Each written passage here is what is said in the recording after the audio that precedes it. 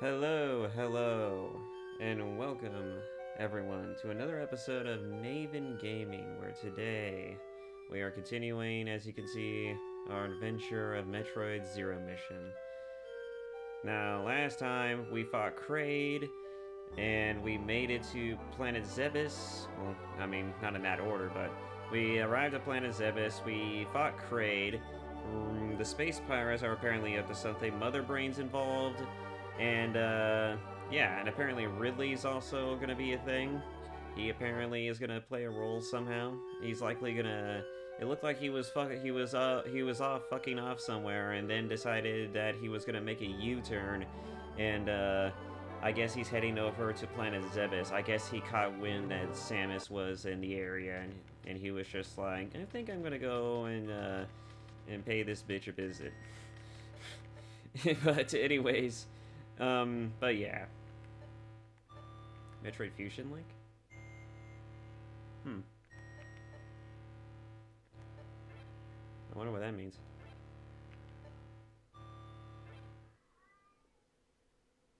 Linking, please. I don't know what that means. Linking error has occurred, please. Okay, I don't know what that means. Oh. I guess, did this game come out, after Fusion? That's probably why there's a Fusion Link. That must be what it is. I decided I would do this chronologically, so I'm committed to it. Anyways,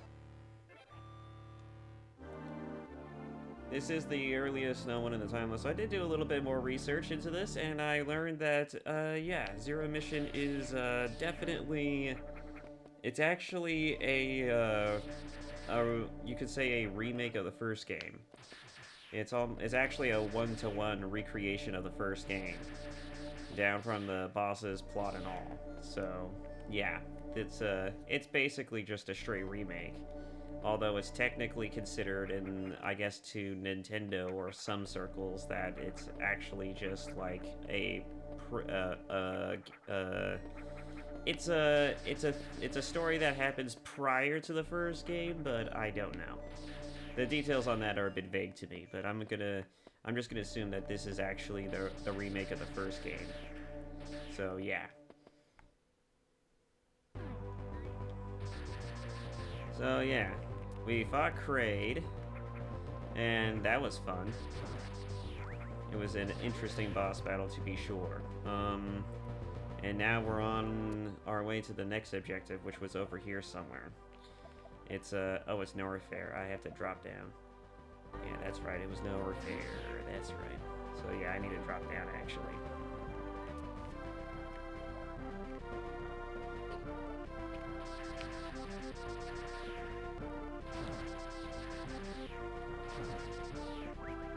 Alright.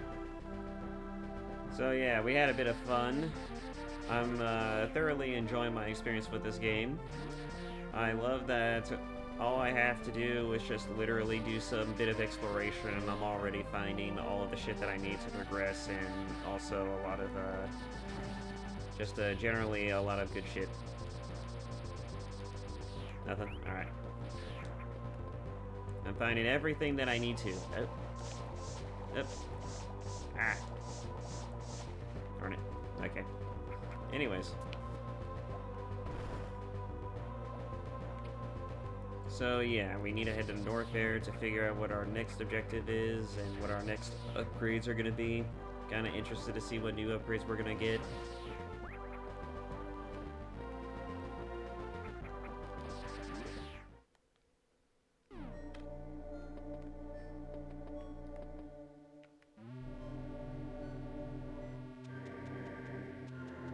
Norfair. We were already kind of here, weren't we? Or am I just, am I misremembering? Place feels, oh yeah, we've been here before. There's something beneath here. I'm assuming that, I must have the necessary upgrades by now to get down there, so.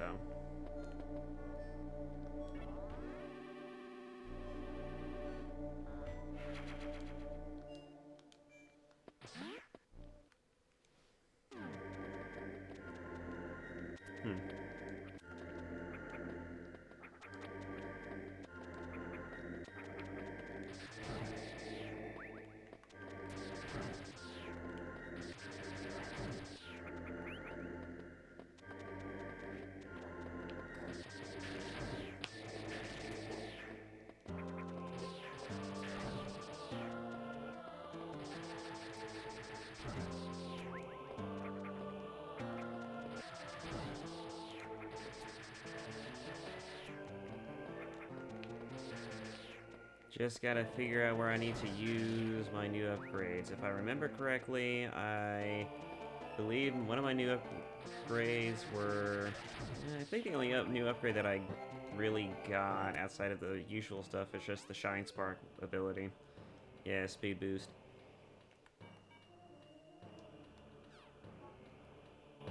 I'm assuming I might need to find some way to speed boost, is the idea I think I'm getting. Oh yeah, and since I have the freeze ability, I think what I need to do actually is blow up these blocks and get this guy out here. So I can stand on him. There we go. There we go. Now I have 90 missiles.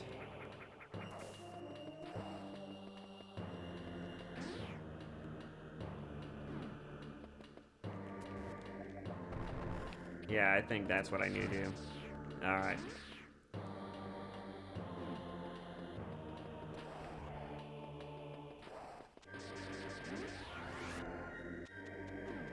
Oh, what happened?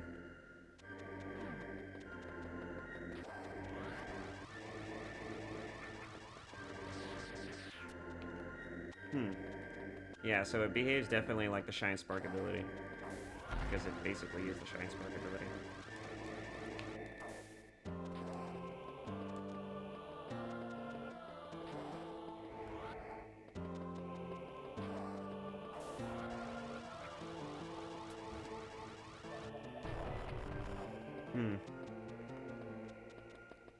Alright, so something about this ability.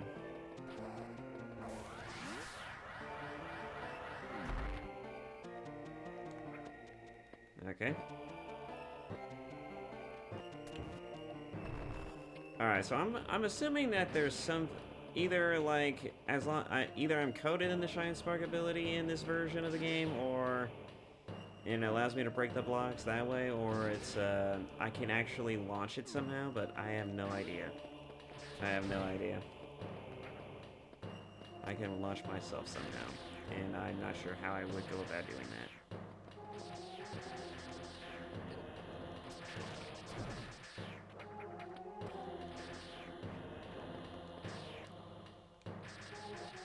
Okay, new door. No, I think either super missiles or something else. But it looks like we're getting close. We're getting close to the idea here.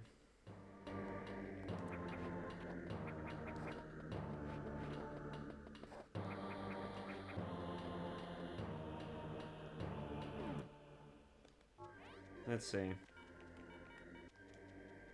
Run until speed boost begins to break. Certain blocks and damage enemies. Okay, yeah, so I just keep running until I start breaking shit.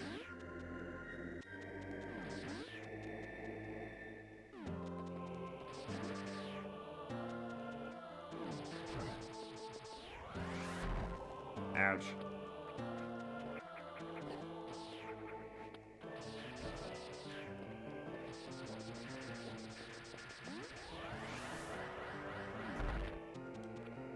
So, yeah, I wonder if I can break that door using the speed boost. Nope. Fun to try, though.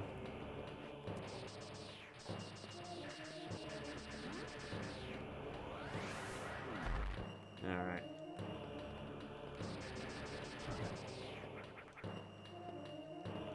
Man, oh man. Oh yeah, and I did look up that video involving like the other end bullshit, and I revisited that video, and I was gonna mention where you can find the video on the thing, but I don't remember what the channel was or even what the video's called anymore. So yeah, that's wonderful, but actually, you know what, I could just quickly look it up right now. Okay, I found them. So, there's two videos about this. The first video being the Metroid translation analysis by Lexicon Lookout, and the other video is Metroid Death by Ambition, the making of Metroid Other M by the Golden Bolt. All you need to do is just look up the making of Metroid Other M by the Golden Bolt. That'd be just simpler. I was just reading the thumbnail for a second. But anyways, yeah, they're both like 48 minutes long. And they're both interesting videos that talk about the translation and the level of intent and arguably hubris that went into the Metroid Other M game. Clearly ambitious, but it bordered too far in the wrong direction, and it just became a thing of hubris, I suppose you could argue. But I don't know. I mean, we could argue about the... Ooh, I got the high jump. Sweet! Increase maximum jump height. Adds morph ball jumping capability. Ooh, I can jump in morph ball now? Oh, that's nice. I don't have to do bomb jumps anymore, but I'll have to do that for other things now. Anyways, yeah, so those are pretty interesting videos. I don't know how credible they are. I'm sure hardcore fans could probably tell if those things are legit or not, but I think they're interesting videos just simply because the conversation itself is interesting.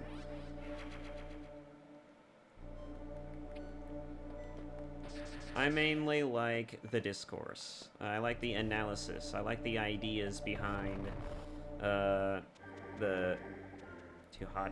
I like the ideas that behind the games, or at least the analysis and studies behind them. And then, even if they're not necessarily true, I just like to hear about what other people's opinions and takes are. I'm sure some people can understand that, but either way, yeah, they seem like pretty legit videos, especially the one by the Lexicon.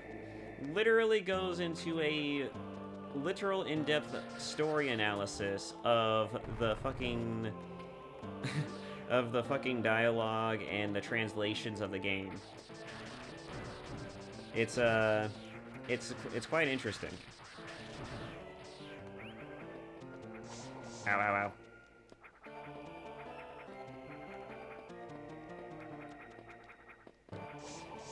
Alright, it looks like, if I want to go further down, I'm gonna need to find some way to speed boost this.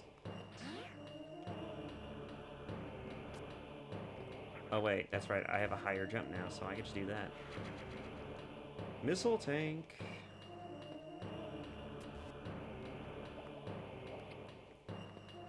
Alright.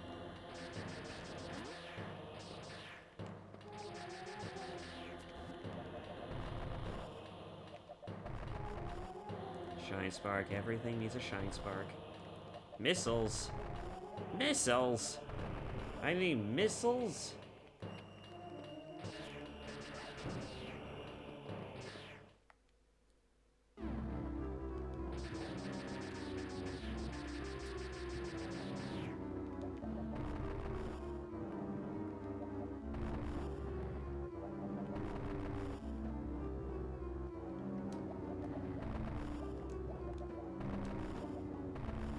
There's a secret in here somewhere, and I don't know where it is. Also, this thing's in the way. I don't know what it is, or how to get rid of it, but it's in the way.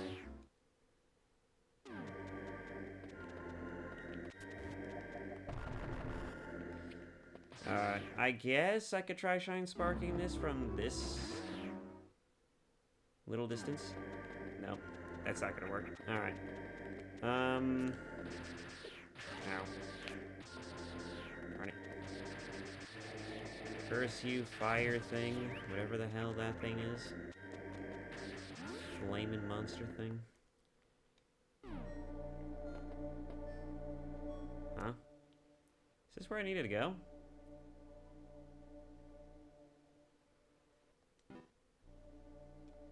I don't know.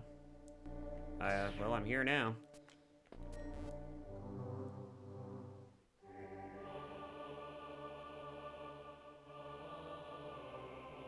Brinstar.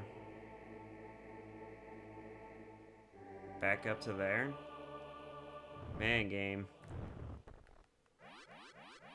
You're just having me backtrack to all the places.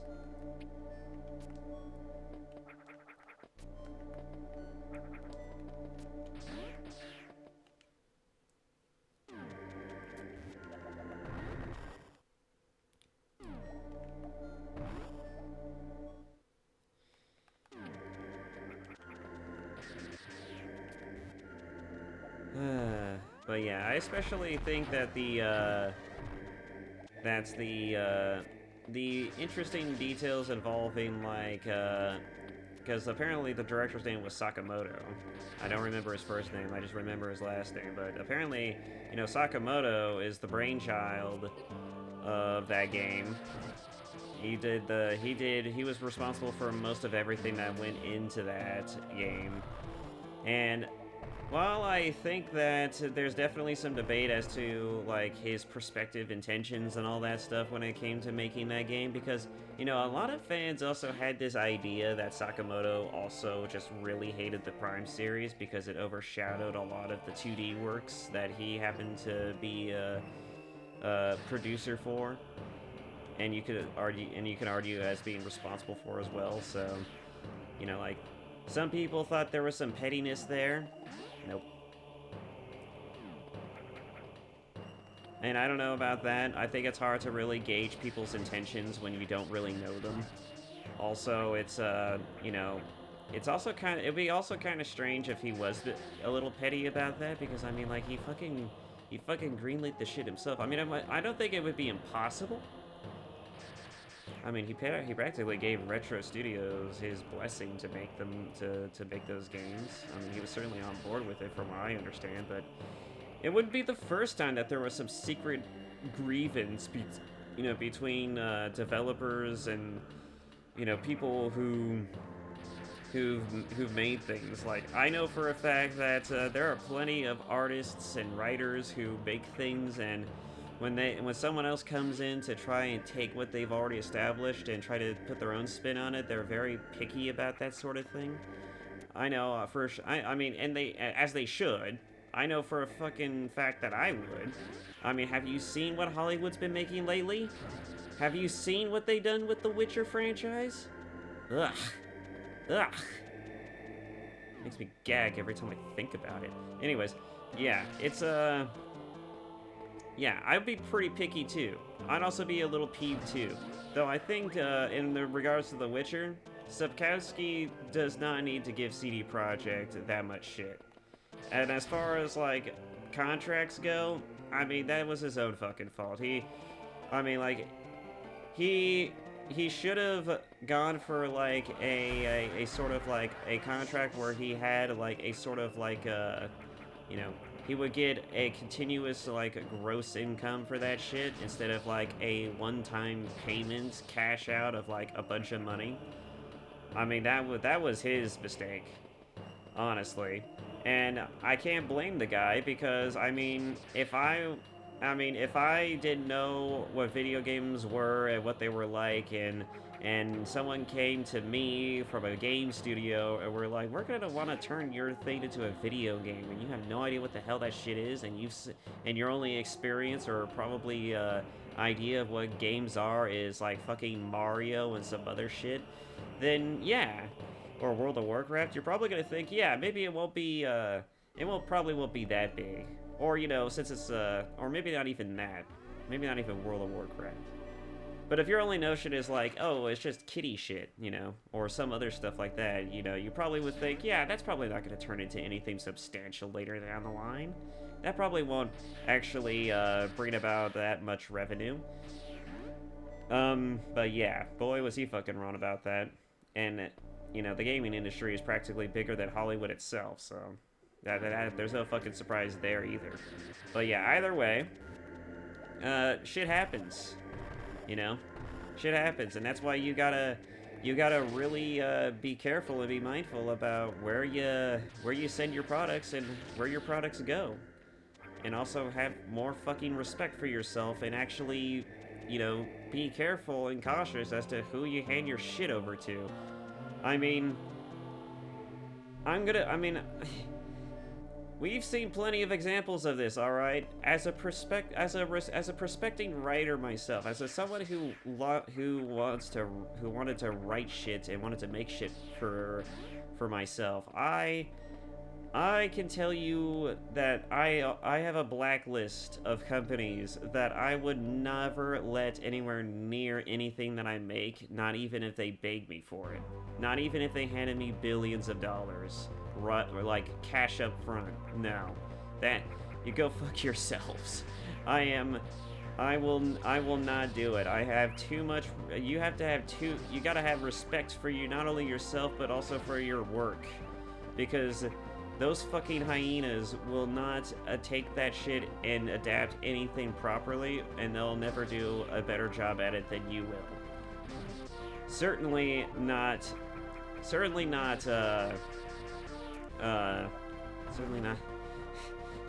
fucking Disney, but anyways, I mean, but yeah, it's just, yeah, we've seen plenty of examples in media today where there have been plenty of studios and publishers that have utterly screwed the pooch when it comes to adapting certain works, and I would never trust to handle anything. I wouldn't even trust them to tie my fucking shoelaces.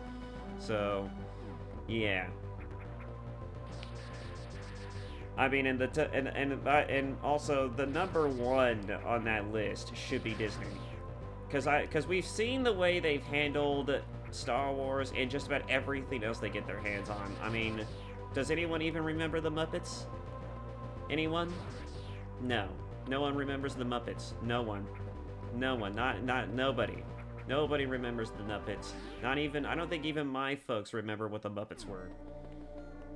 They'll probably, if I ask them, do you guys remember the Muppets? And they'll be like, oh yeah, I do remember the Muppets. Why do you ask?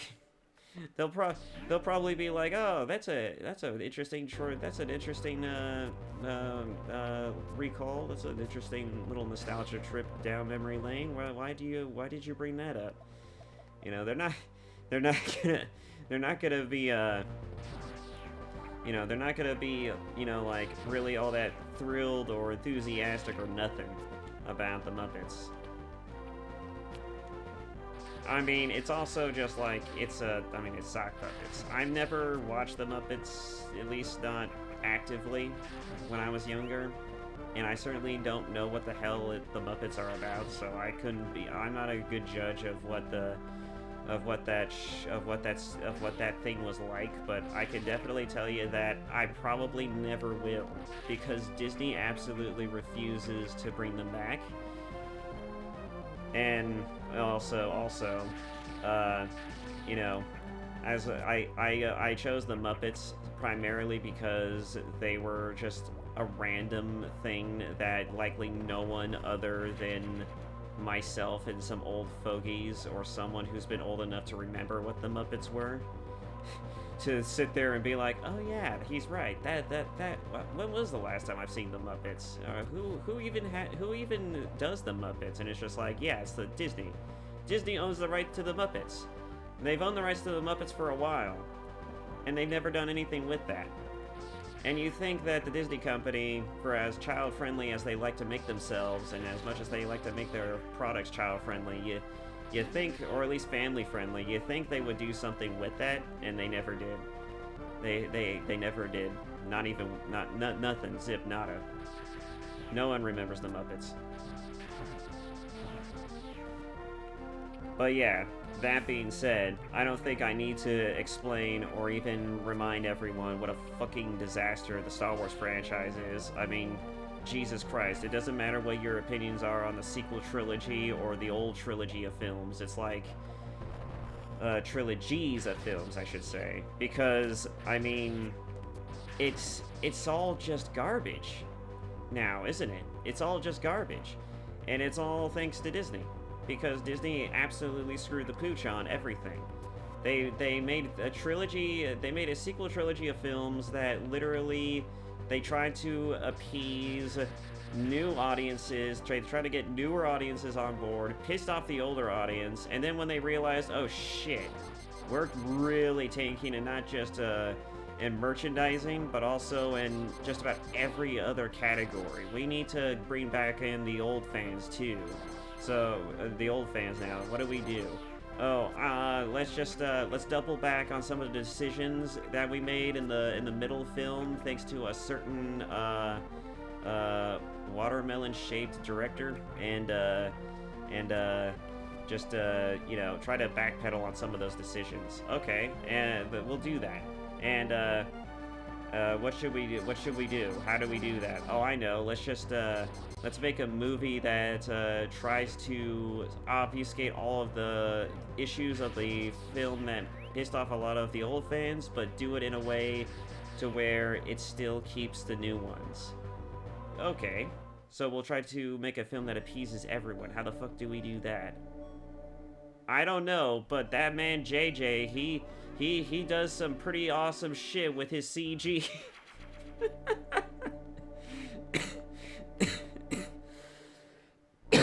God, I can't laugh anymore. It sucks. Anyways, yeah, that was a fun and interesting venture. The sequel trilogy, wasn't it? A lot of amazing memes came out of it. Somehow, Palpatine returned. Gee, oh man, I wonder how that happened. So many rumors, so many ideas as to how Palpatine returned. Do we actually have an official idea or reason as to how Palpatine actually survived being thrown down the core to the Death Star? Do we actually have an in-canon explanation for that in some book or novel somewhere? Because I don't think anything would be funnier than the idea that he opened a Force portal and fucking appeared and appeared somewhere else. Oh right, I think the in-universe canon explanation was that he made a clone of himself or some shit.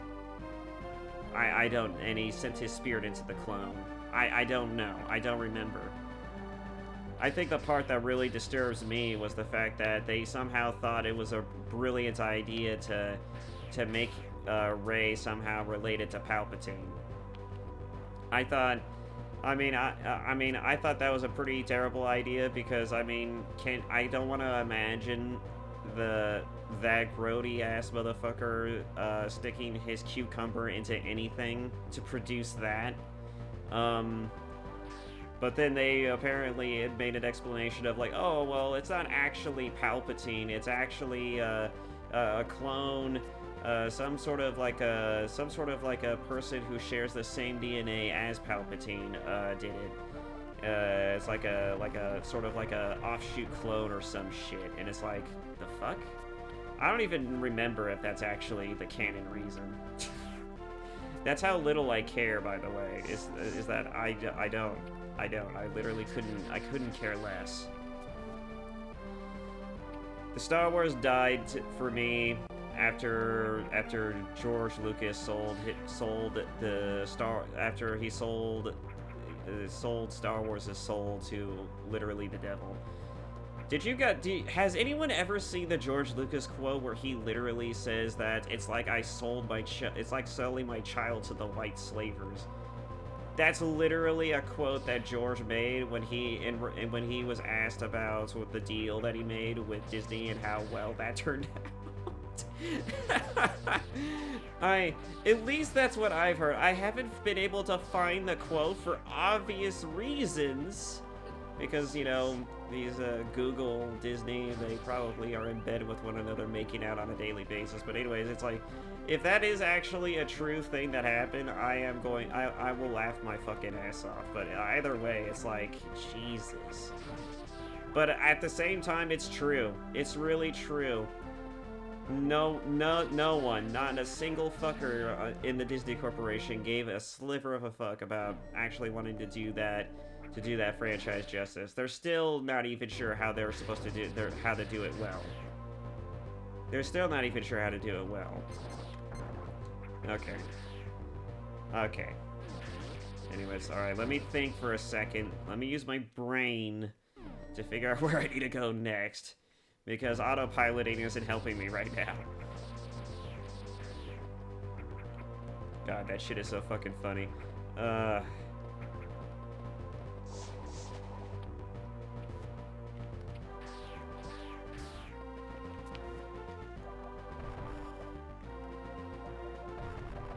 Oh, and the amount of people who have cosplayed as and pretended to be George Lucas who are like, please don't go watch these films in the front of the theaters. That shit is funny.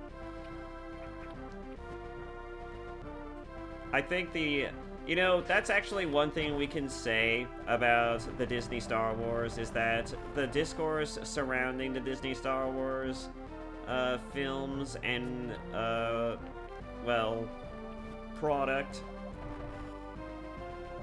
and shows, all that good shit, the discourse surrounding it is far more entertaining than Disney Star Wars itself. Far more entertaining. And I don't think there's actually a way to progress. I don't think there's a legit way to progress. I mean, unless I want to fall down there and die, which I don't. Yeah, unless I want to fall down there and die, I don't think there's actually a way or method to get over there. How do I get over? How do I get up a little higher? I'm assuming the method I'm gonna have to utilize is go all the way back around, take the round trip over to that gray spot over there, and see if I can go further up from there. With and see what see if there's any way I could get a little higher from this level, because that's there's otherwise I'm not exactly sure where I'm gonna have to go for this. But I love to explore, damn it, and so that's what we'll do. We'll test out some things.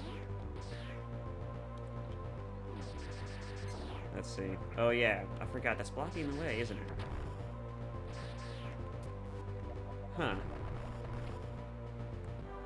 Okay, so the way's being blocked by this, so I can't go this way.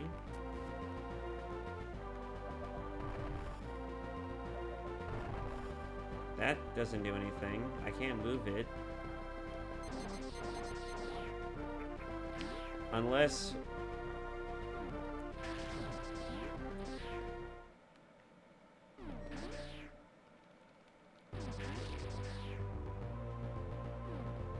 Oh, no. Gotta get more space. Oh, hello. I think I may have found the way, ladies and gentlemen. While also getting bugs on me. Ouch. Okay, gotta be a little bit more better about that.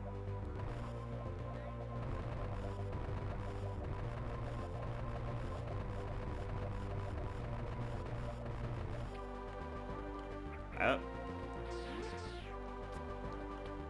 Oh, okay. Oh, okay. No. No, no, no, no. There we go. Alright. Damn it. Alright. Okay. Right here. And Vamonos. Oh, damn it.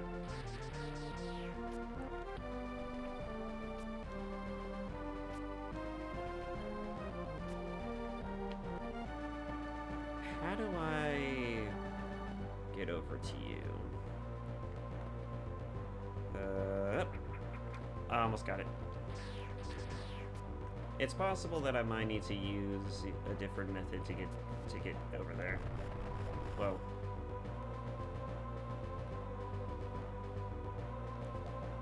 Is this entire area just combustible? I'm starting to get that idea. Yep. This entire little section is breakable. Okay. But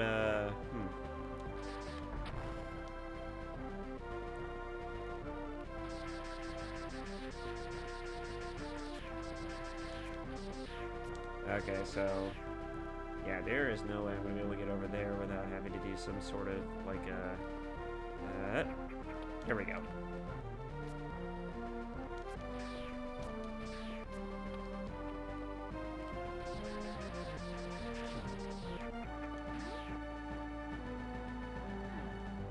Oh, come on.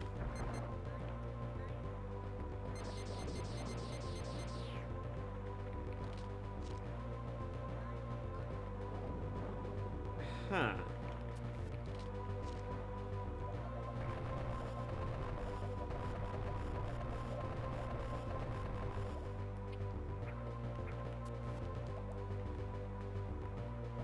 Alright. I'm learning a few new things.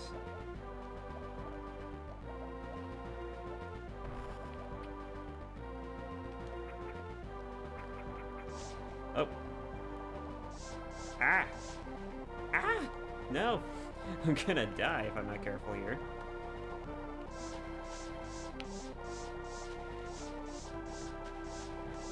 Oh, for God's sake. Alright. Well, that wasn't great.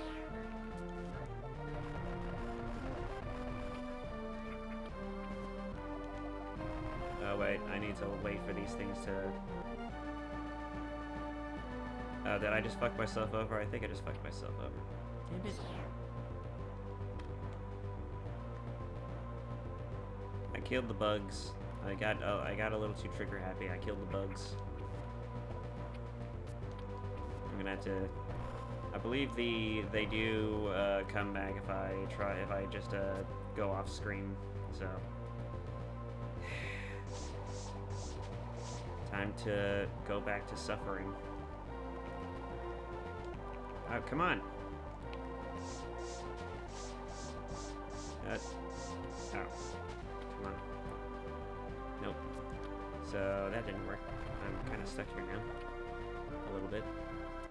I don't think I have a safer way to go back.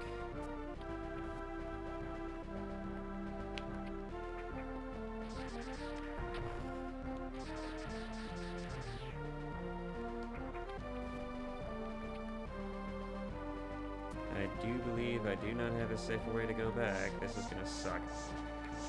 Oh, for God's sake. I'm either overstepping it or I'm not doing it fast enough. Ah, there we go.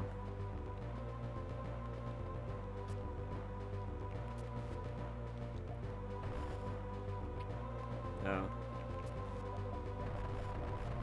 Nice.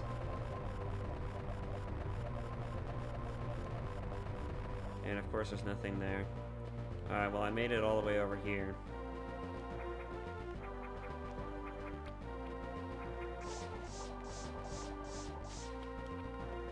Ah, they don't respond. Ah.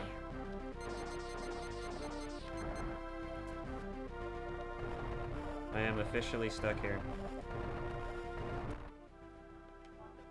Ay, ay, ay.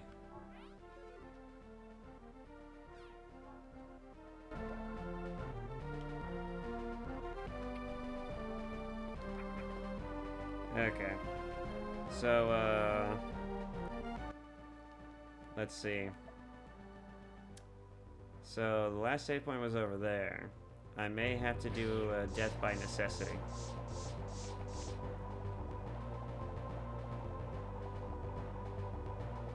Or I could just run all the way back through like this. That also works. I'm gonna have to find a way to heal myself now.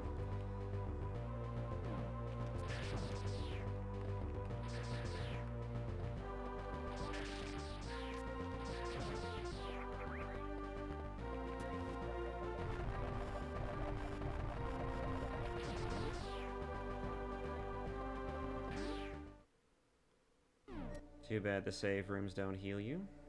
And I can't go over there to heal me, so... There's two ways I could do this. Either go back or just keep killing things. Oh, that's right, I can't go back anyways.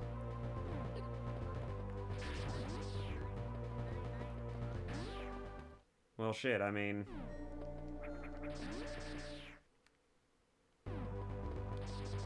Well, at least there's these things. This is why they have these little tubes here. It's so that way you can kill ads and just farm the resources from them. That's how these Metroid games work. That's precisely why these things are here.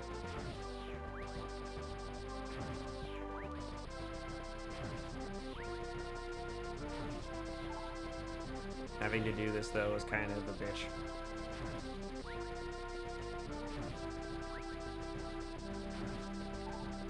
I don't need more missiles, I just want health.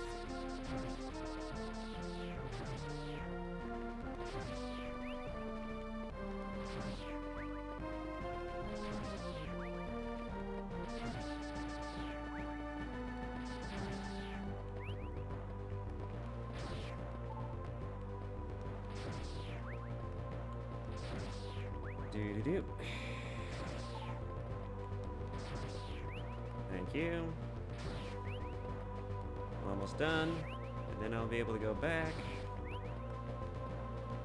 At least it's just giving me health now, probably because I reached my maximum number of missiles.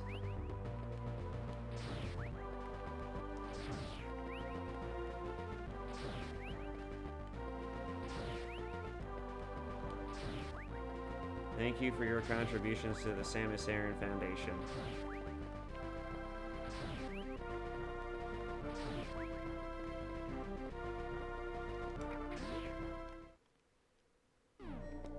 Yep.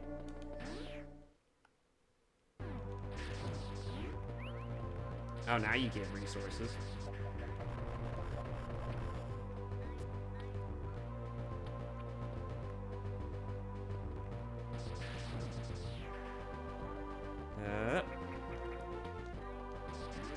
It's so precise.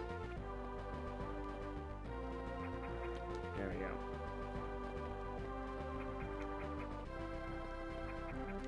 Darn it.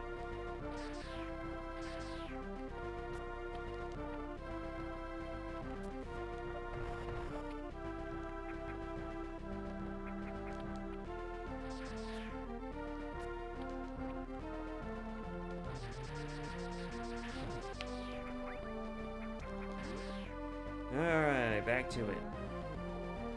At least the bugs here this time have already broken it.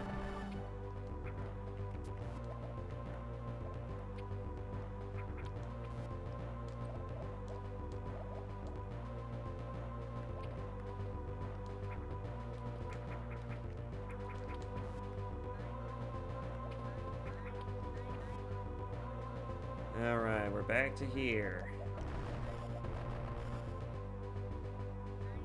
Get him. There we go. Now I just gotta wait for them to break the other one.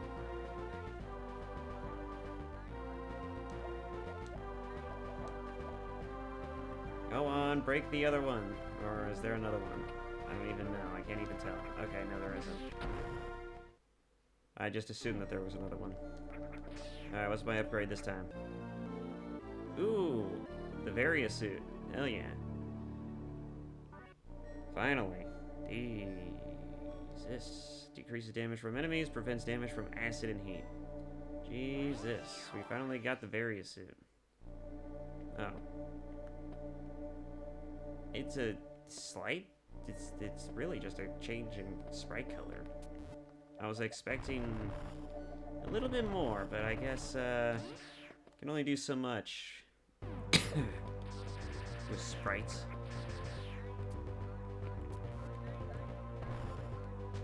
There we go. Now I can actually move around without having to worry about, you know, dying. So, where is it? There it is. There's my way forward. I want that energy tank, damn it. Give me my energy tank.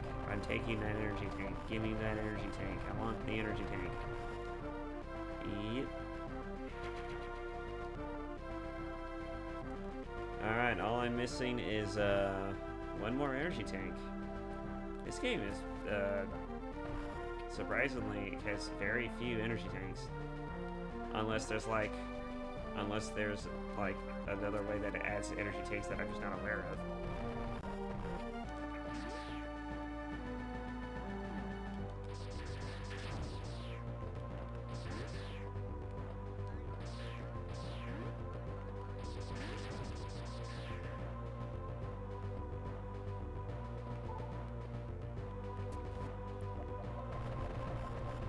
Can I break these? Of course not. Alright. Got the new Varia suit. It actually was supposed to be called the barrier suit, but that's also something that apparently, you know, got changed over in translation.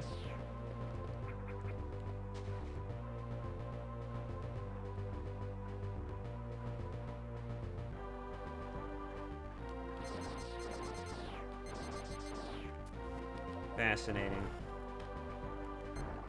So now, the real question, of course, is what do I need to get past those things without needing the bugs?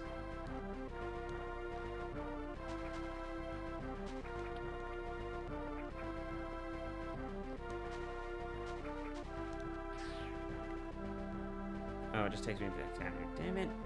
I was hoping it would get around that. And clearly it doesn't.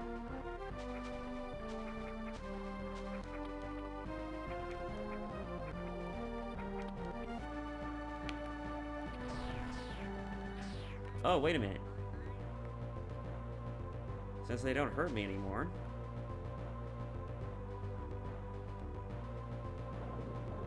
Oh, neat. So that's the secret. Okay.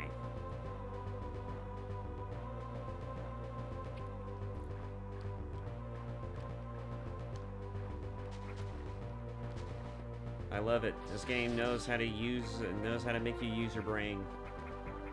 It's ingenuity.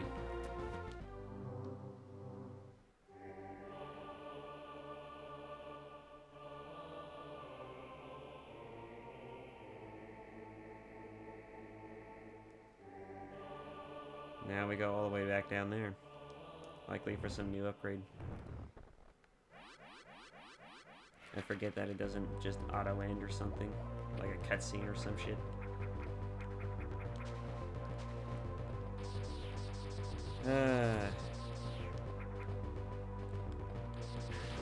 But yeah, anyways, enough about Star Wars. Let's go back to talk about Metroid. I honestly don't think that... Like, I know I mentioned before with other M that Sakamoto, like, took full reins of this damn thing and kind of went apeshit with it. But if everything that I've heard and that I've seen in the videos that I've seen is true, then I wouldn't mind giving Sakamoto another chance, especially since he went back to just playing producer role for Dread and Samus Returns. Because, I mean, like, you know, like, he's clearly, like, the awkward nerd type who has a hard time getting his points across. According to the videos that I've watched and I've also recommended to you guys that I told you about. And if that's the case, I think that, what needs to be done is that I think we could easily give the guy another shot. Because I don't think it was done necessarily with a malicious intent. I don't think anything that he did was done out of a form of malicious intent. I think that what he did, he thought he was doing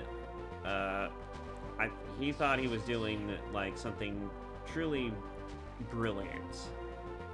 At least that seems to be the idea that I have, and the idea that the videos that I've seen, that I've also told you, that I've also shared with you guys, have concluded to some capacity.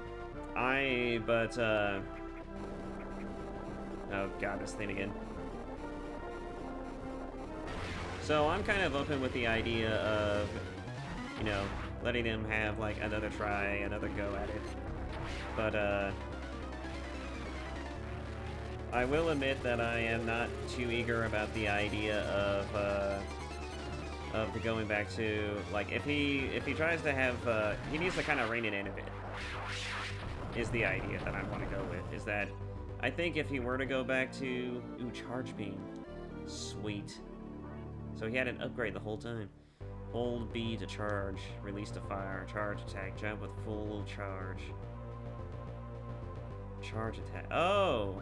If I jump with full charge, so it's like an attack in itself. Nice. We got it, boys. We got the charge beam. I was wondering when the hell I was going to get that.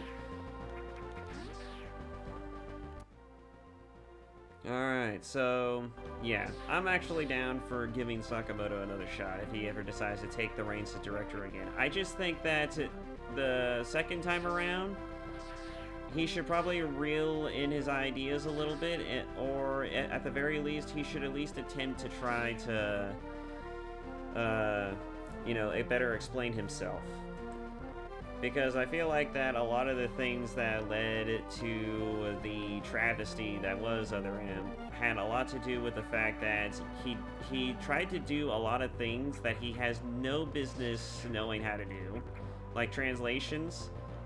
The guy does not know how English works. He's not a native English speaker, I assume. I don't think English is his first language, but I think that if he really wants to have a better story for his games, for the Metroid games that involve, because I mean, I don't think let me just put it to you like this. I don't think that at least in the translation versions of the game that was spoken about through the dissection by the lexicon is necessarily a bad one. But I don't think it was the best story angle approach either. Because what you have to understand is that people don't really play these games to hear Samus exposition to herself all the time and and have some sort of like almost like a father complex with some random admiral that you never really knew or cared about until Fusion.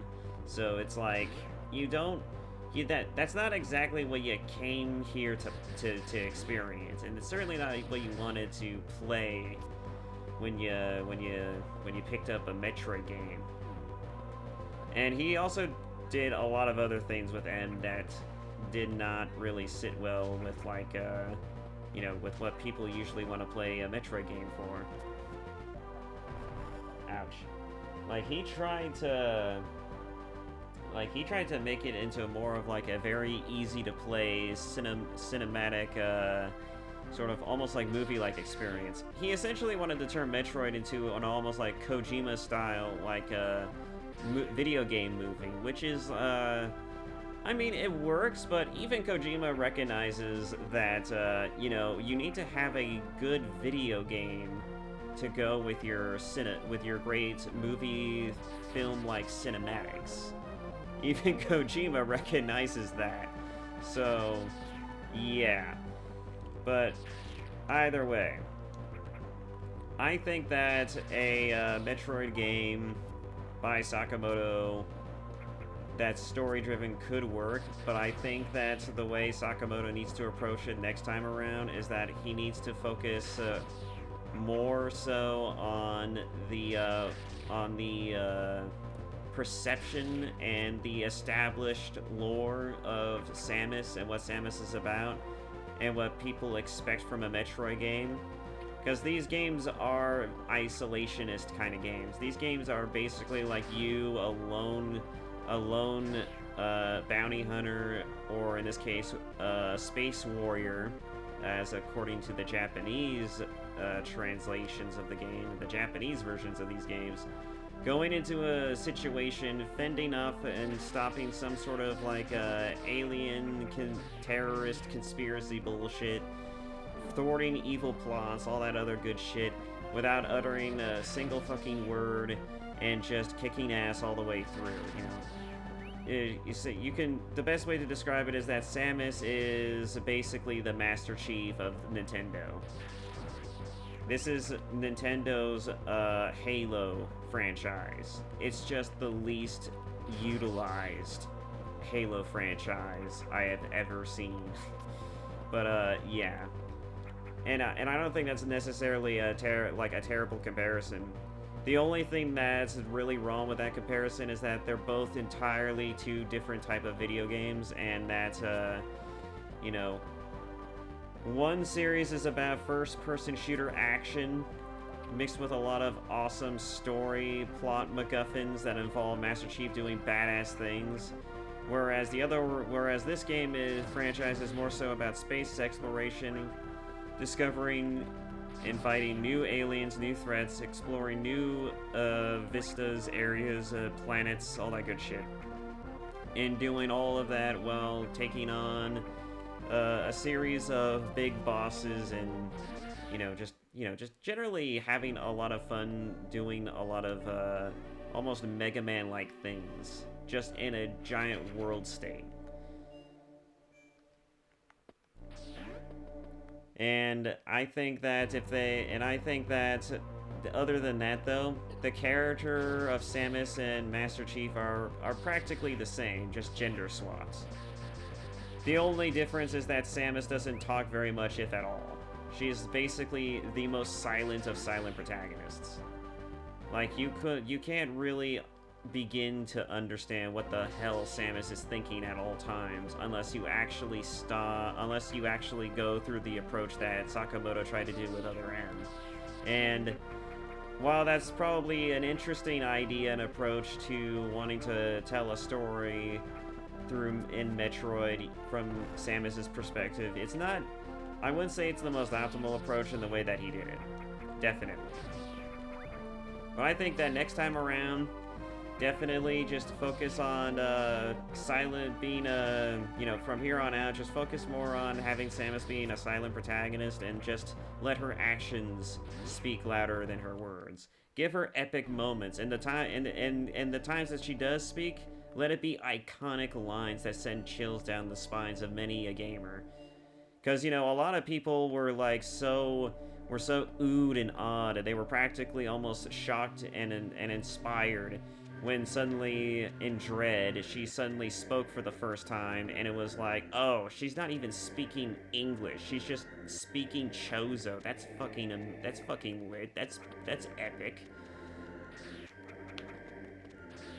And I think that's a pretty valid way to do that. I think that was certainly a way to, to kind of do that, an interesting way to do that. But yeah, as far as I gotta go back through here again. But as far as to do that, to tell a story utilizing that kind of character, that kind of character issue in terms of just having a non-speaking character who literally just doesn't speak, it's just baked into the character. Just give them cool shit to do, and then when they do speak, let it be something really amazing. I can tell you the amount of times that of how little Master Chief actually speaks throughout the course of the Halo series. You would be surprised to know this, probably, without actually stopping to think about it. But Master Chief doesn't actually talk. Wow, this is actually really hot lava. He doesn't actually speak most of the time. He rarely ever speaks his mind, his opinions about anything, especially during gameplay. The only time Master Chief speaks is to say something fucking cool or awe-inspiring. The most quotable thing that Master Chief has ever said, ever, in the entirety of the Halo franchise is literally him with a bomb in Halo 2 that the Covenant had set up on a space station, and he contacts the Admiral, and he's just like, Admiral, permission to leave the station. And he's just like, and what grounds? To give the Covenant back their bomb. Permission granted. It's like, nothing else needs to be said. No words needed to be spoke after that. Master Chief said, literally, is just like, I'm going to give these motherfuckers a taste of their own medicine. So with your permission and your blessing, let me fucking wreck their shit up. That's literally the best dialogue line and delivery in the entirety, in my opinion, of the entirety of the Halo series. And I will forever fondly remember that moment. It was pretty cool. It was a pretty lit moment. Pretty lit moment, if I do say so myself. But yeah, all in all, I think you can do something similar with Samus. But I think that to truly make Samus really cool, you have to let those moments get their time, and you have to make sure that they're very few and sparse, so that way, when she does speak, it does have a lot of weight and significance to it. Because I don't think she should speak even as much as Master Chief. I think that when she speaks, it's got to be done meaningfully, and when it's done, and when it is done, it's so that way she can either like say something truly wise or awe-inspiring, or it's to other characters maybe, or it's to literally throw shit into the enemy's face, regardless if they speak English or not. Or what do they call English in this universe? Galactic Basic? I have no fucking clue.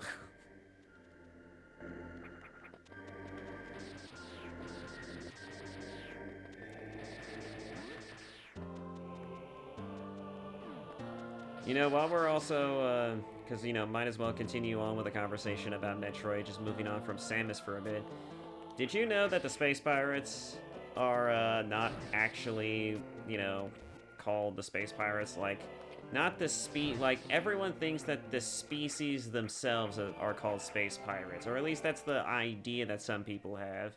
But in actuality, that's also not true, according to some of the translations that I've seen from the same usual suspects in those videos.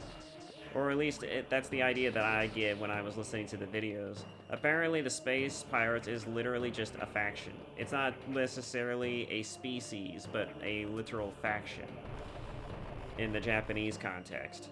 And if that's true, which I hope to God it is actually kind of true, because I don't like the idea of like an entire species being referred to as like, oh, we're the Space Pirates. That just doesn't make that just seems kind of like very one note and kind of, you know, doesn't make sense to me. Like, you would think that a species, especially that thinks very highly of itself, as it does even in the English translations that we've seen, would refer to themselves with something much more respectable and dignified sounding. Something that makes them come off as sounding strong and truly powerful. You would think that they would name themselves something like that, but no.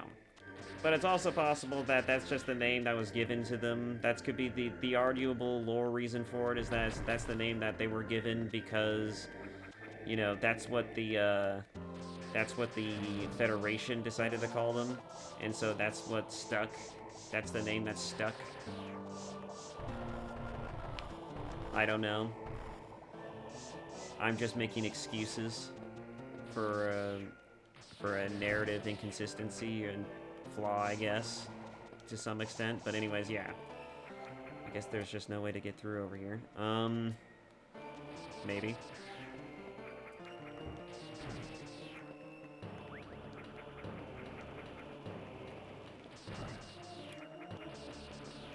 Ooh.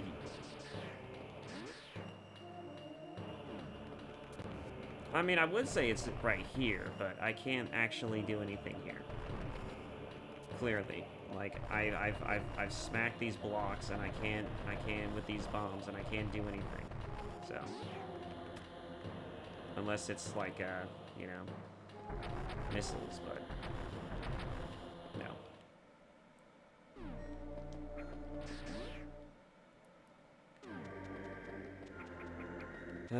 But I also feel like I've already been here already, too. Alright, let's see.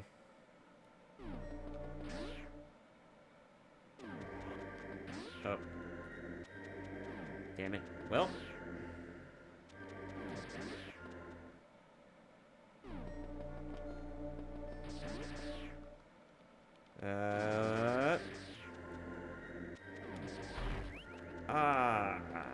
Son of a bitch.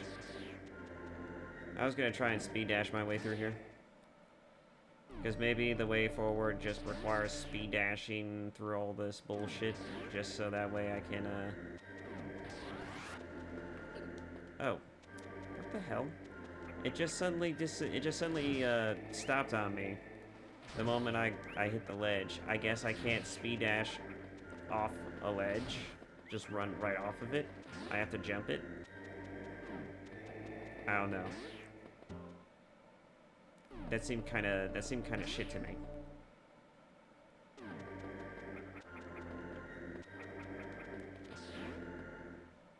That was a little annoying. I think the door, yeah, the door got in my way, damn it.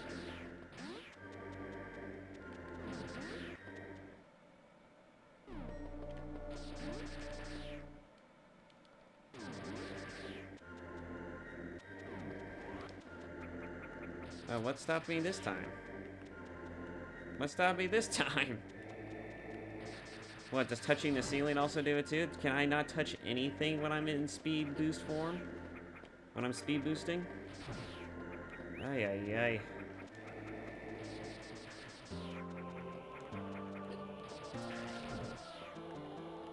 ay. Okay. Anyways, I'm gonna move on from here. Ouch.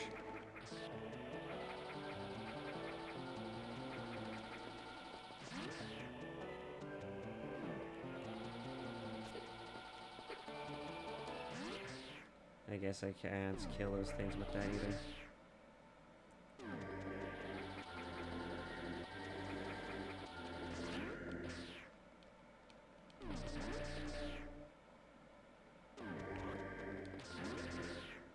Alright.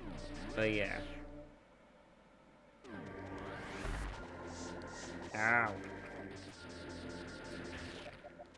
Oh, that's not what I wanted.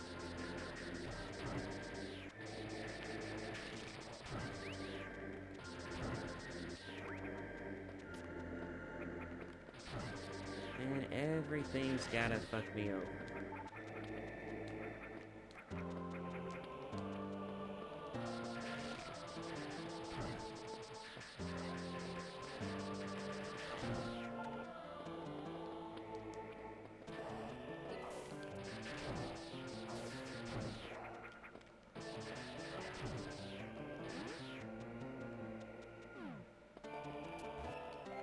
Let's see. Speed dash, right? That's how I get down here? Oh, yeah, that's probably the way. But it looks like there might be an upgrade over here, so I'm gonna go up first. God, I'm dumb. I should have just I should have just looked at the map more thoroughly. Just been like, oh wait, there's an area that I could have explored earlier, but I didn't because I didn't have the fire area suit. Like a goober, like a real goober. Okay.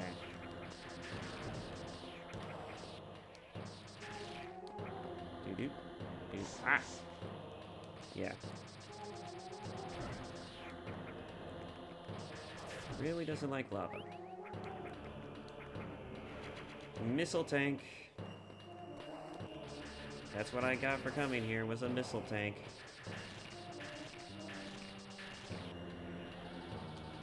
Is there a reason why this is here? Ow. I seriously doubt that they would have this here for no reason.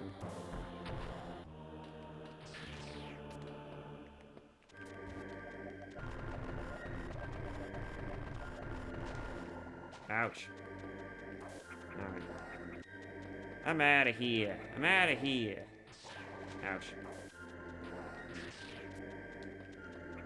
I'm out of here.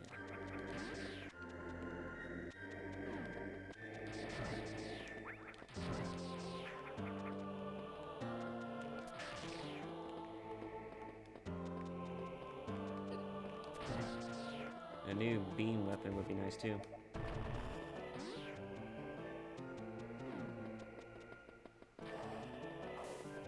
Actually, I might need to get more of a running start.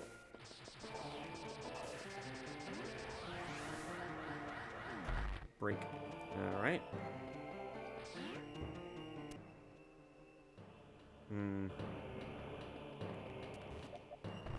Yeah, figures.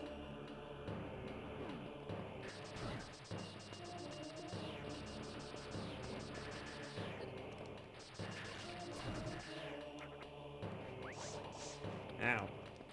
Why is it that some lava hurts me and some doesn't? It's horribly inconsistent.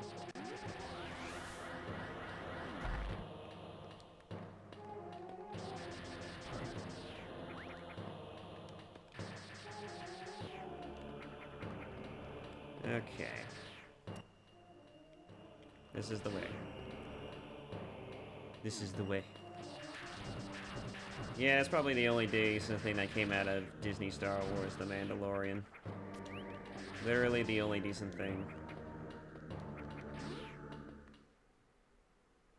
And even then, they still couldn't help but fuck that up too, or at least milk it for all it's worth before they fucked it up.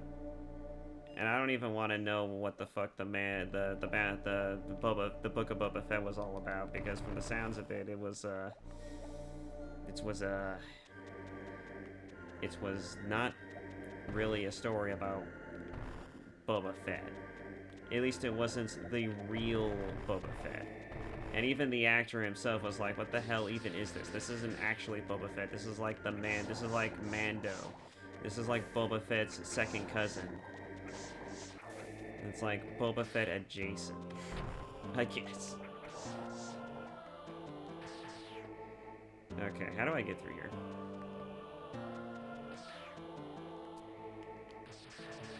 Too bad I can't freeze the lava. Boy, would that be funny.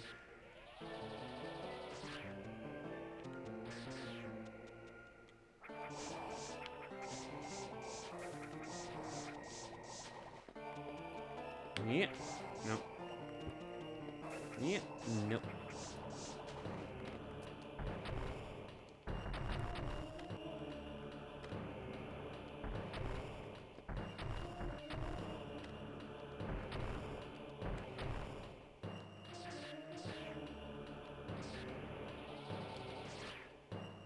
Okay, not sure what I'm gonna have to do here. I guess my way forward would be up here somehow. Oh, there we go.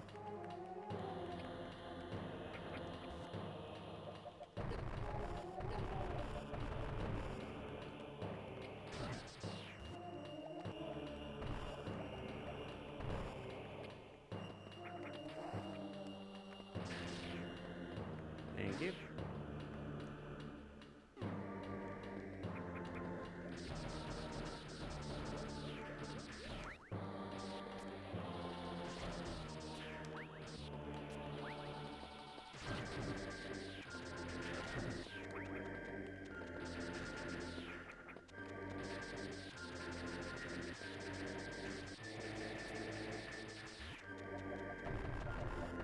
Okay, is there a reason why we have blocks like this here?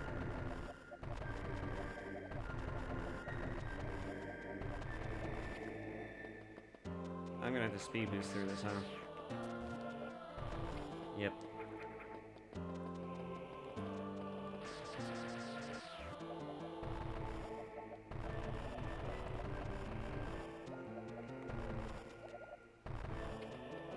Well, let's get to speed boosting.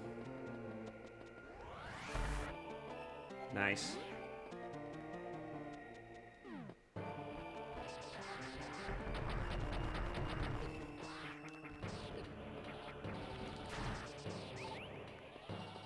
And screw that thing.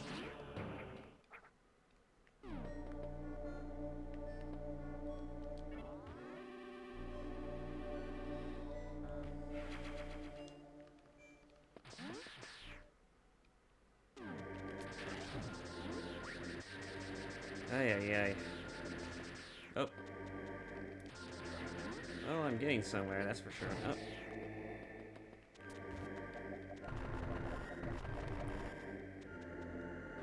Well, I don't know where the hell I'm going now, but going anywhere is progress. I feel like having to kill these things is going to be important.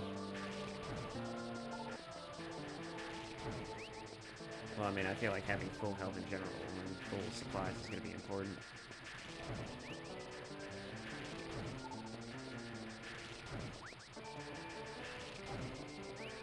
Feed me. Feed me. Alright.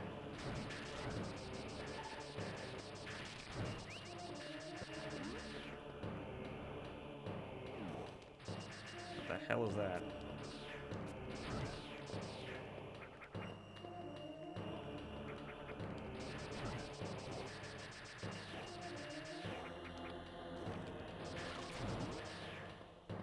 Well, it's dead, whatever the hell it is. Map.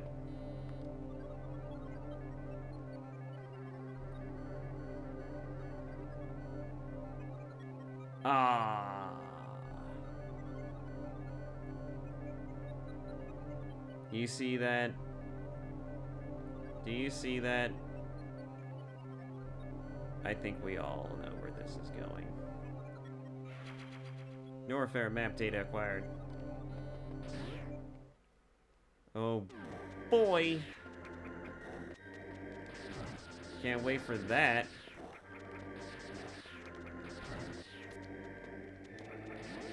Cannot wait. I am anticipating it. I am eagerly anticipating the inevitable boss battle.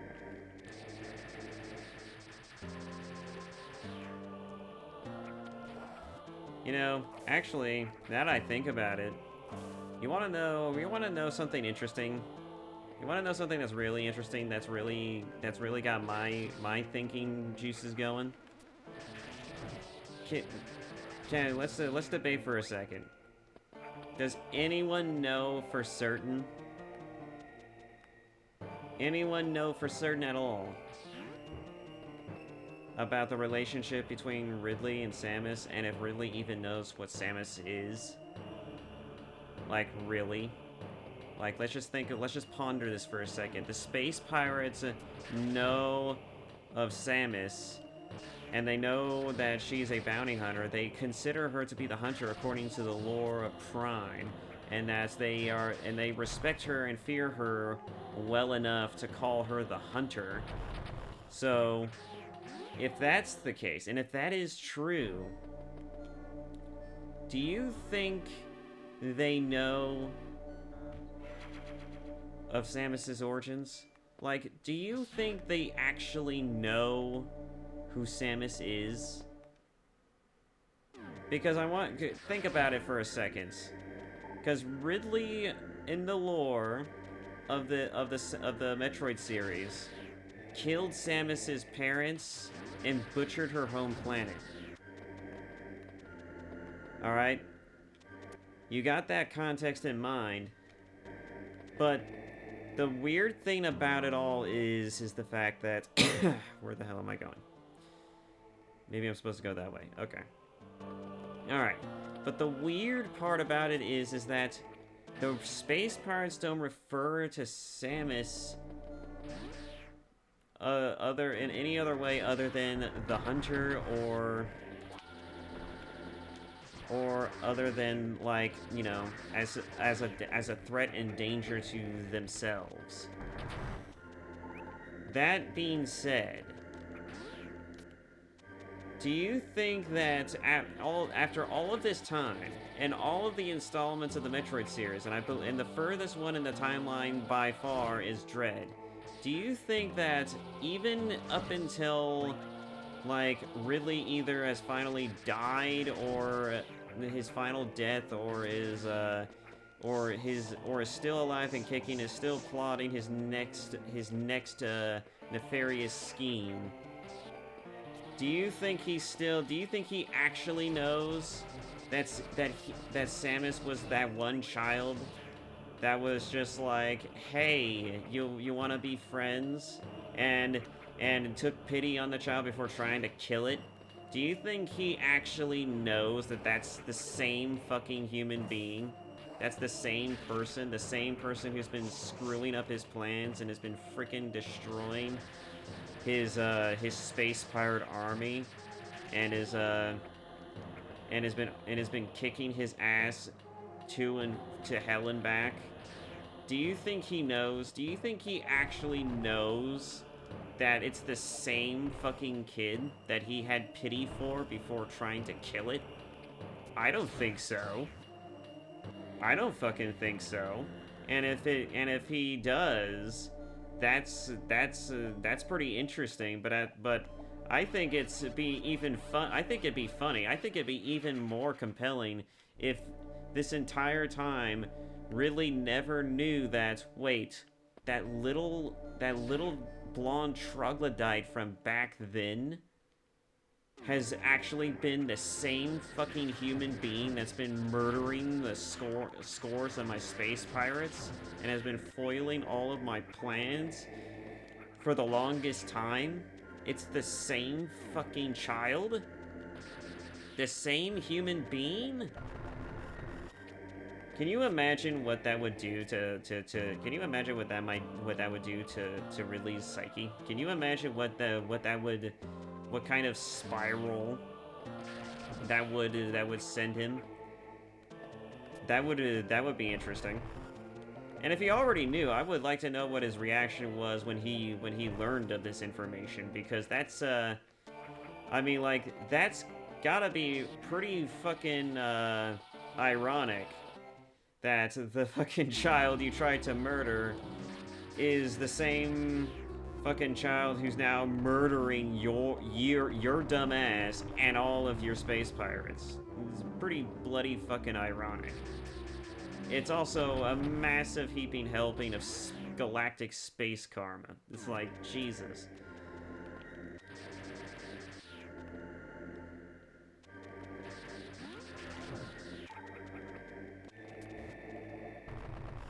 I guess the only way to do this is by speed boosting, but I have no idea how I'm going to speed boost this. Let's see. Yeah, I have no idea how the fuck I'm going to speed boost this.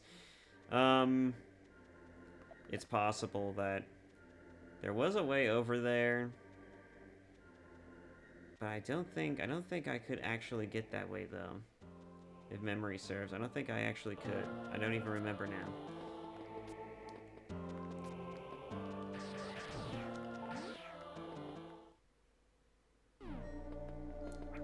We're trying, guys. We're gonna keep trying, damn it.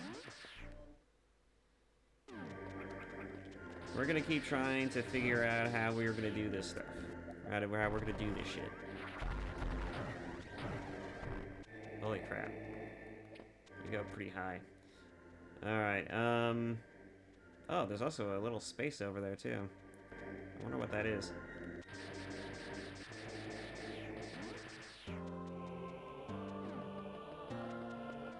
Clearly couldn't get through it before.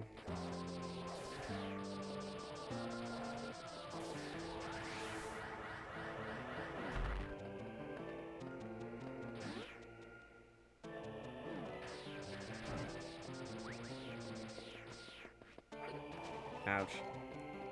Oh, right, it's green. Oh, right, that's right, it's green. That means that door's green, too. That's a door, and it's green. Okay, so then, where do I go from here? Where do I go from here? I'm assuming the upgrade to get through the green doors is probably the objective that's down there. And I just need to figure out a way to get down there. Oh, wait a minute. I haven't been down that far. Oh, right. I think I did try going down that far, though. Alright, we'll see. Let me go back in here. Let me go back in here.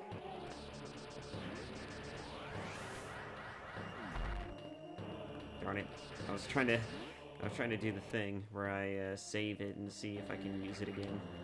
Or at least use it to see if I could break the blocks down here, but yeah, after just coming down through here, there's no way in hell.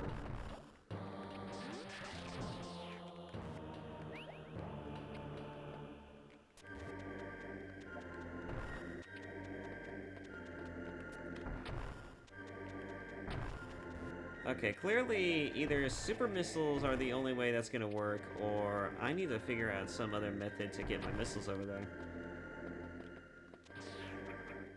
And I feel like that's the way you gotta get through those green doors, and maybe also break this thing, is super missiles. Because there's no way in hell we're gonna be able to do this.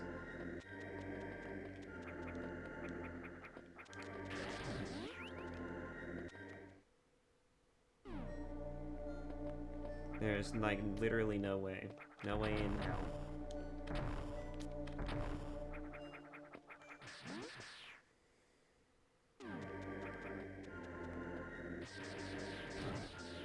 Alright, let's go back again.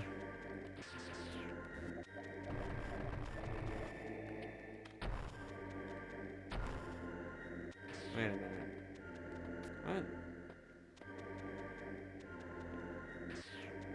Why is there speed stat? Why is there speed dash stuff here?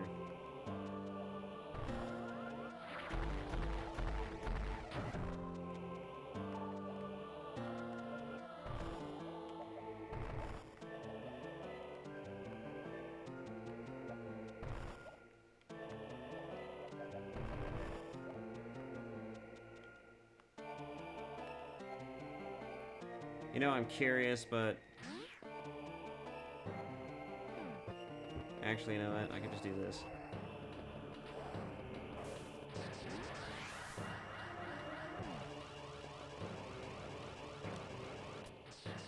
Nope.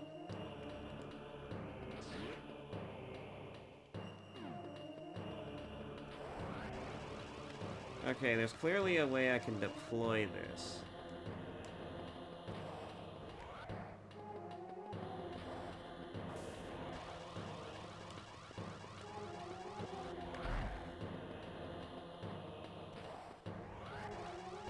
See, there's a way I can deploy this because otherwise, why in hell would it let me keep it?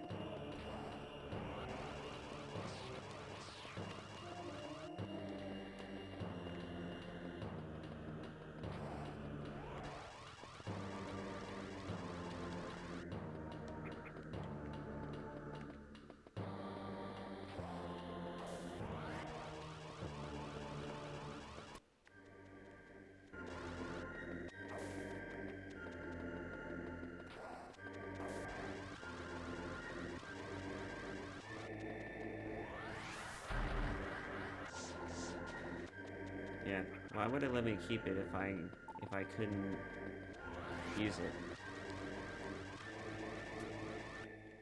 I only have so few buttons. Maybe it's an upgrade. Maybe my upgrade next is to be able to keep the speed dash and then use the speed dash again. I don't know.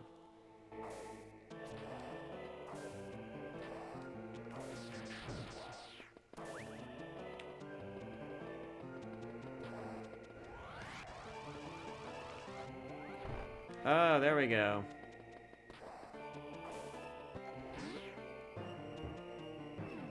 Now we're getting it. Now we're getting it.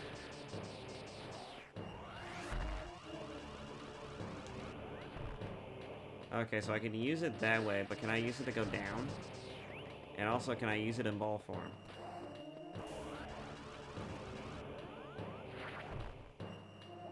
Oh, sweet. So I hold down the jump button to do that. Okay, now we're getting somewhere. Now we're getting somewhere.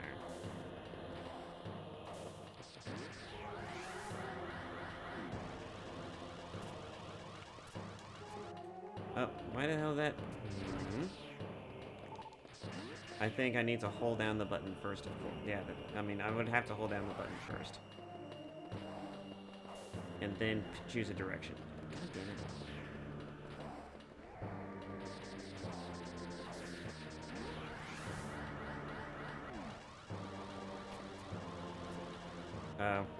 Unless I literally need to immediately go in ball form, which is the only way that's going to be able to function.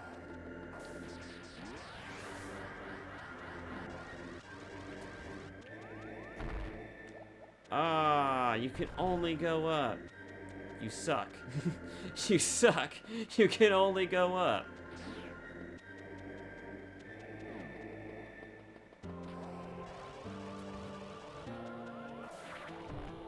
Oh, why can't you go up?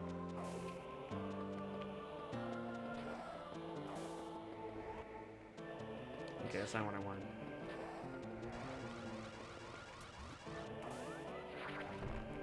See? You can only go up. That's kind of annoying.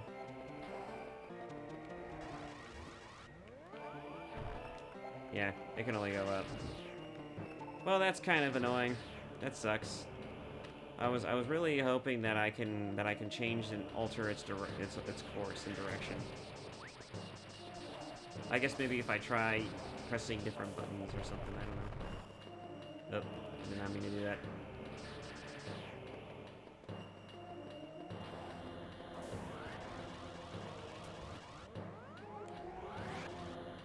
Oh, whoa.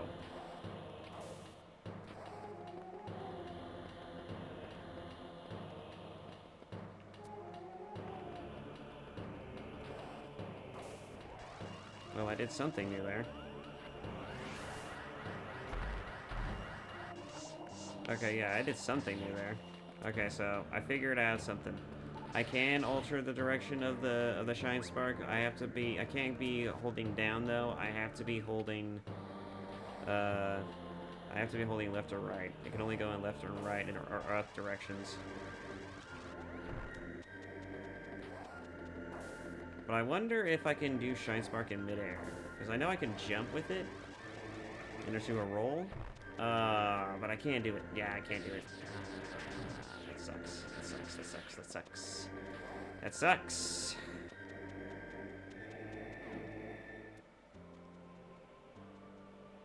Alright, so looking back at the map. Gotta go down again. So shine spark down.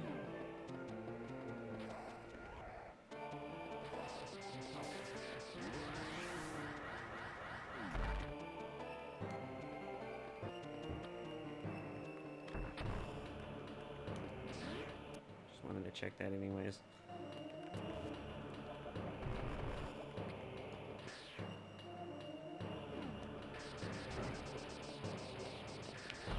Ouch. Now I get up there.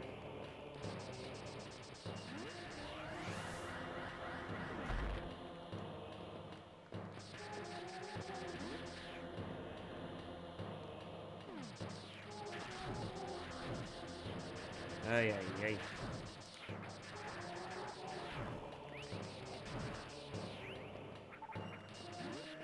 Ay, ay, ay.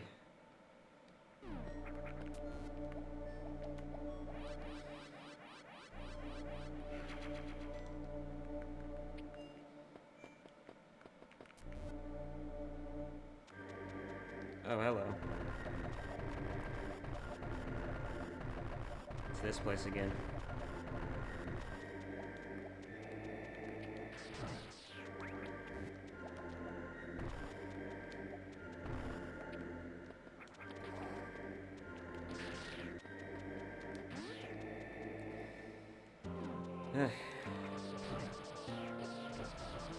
Do I have to do the speed boost again?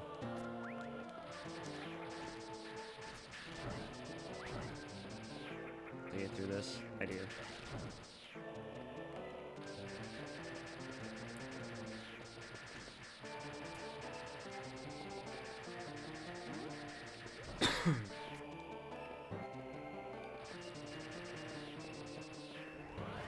Oh, darn it. Well, you know what? What's over here? Can I answer this? No. Of course I can't.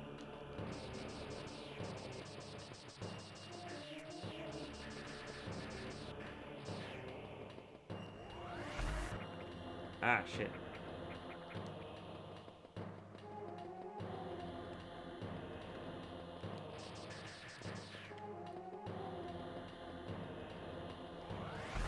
There we go.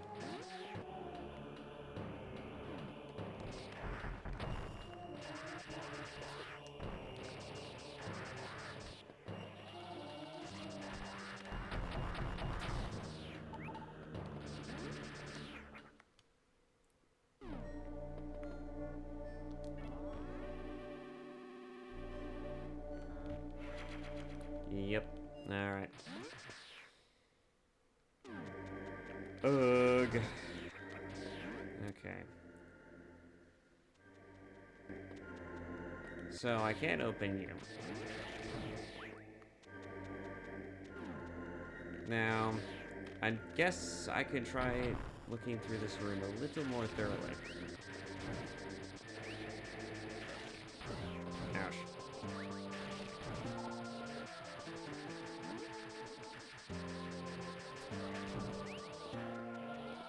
I love it when my enemies don't die.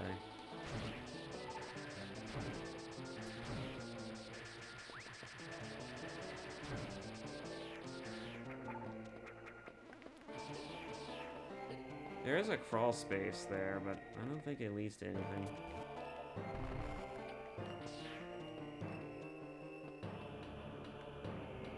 Alright, and that was the missile launcher door.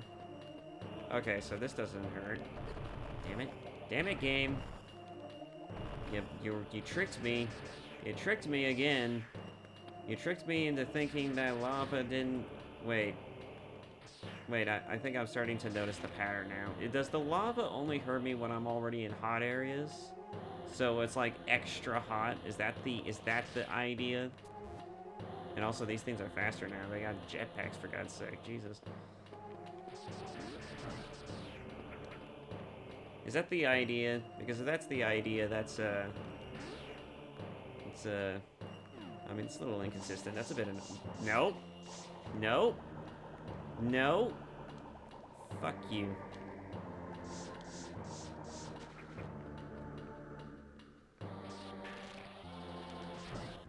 Fuck you. Fuck you.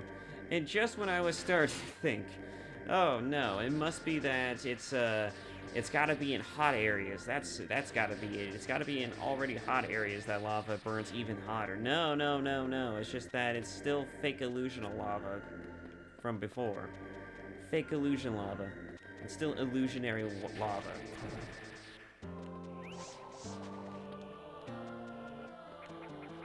Oh. Damn it.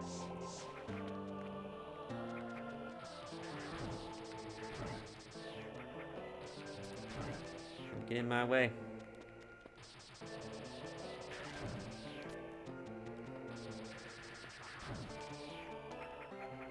Up. That. Ah. Do the kickoff thing, Samus. Do the kickoff thing. There we go. That is a very useful skill. Very useful skill indeed. I just wish I could pull it off more consistently. Oh, of course there's a secret.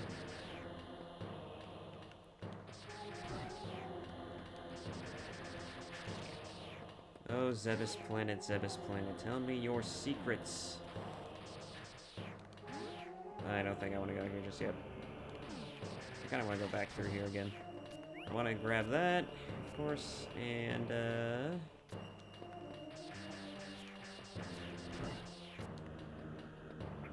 I kind of want to see what's over here.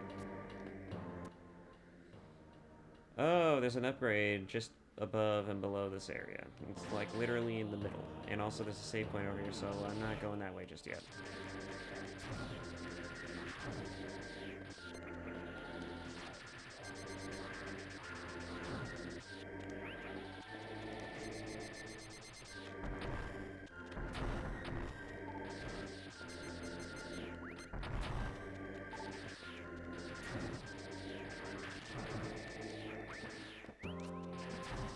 What the hell is all these weeds? It's like they're living, alive, trying to kill me. Oi! Oi! Okay, it's fake lava. That keeps psyching me out.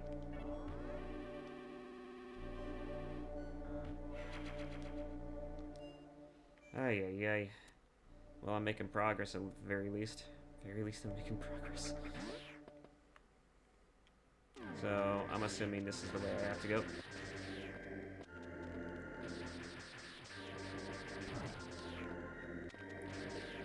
Ah, of course.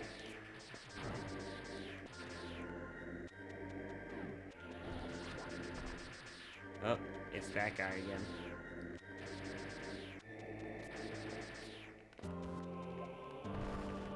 Oh. Well, if I knew it was gonna do that, I would have thought twice about that.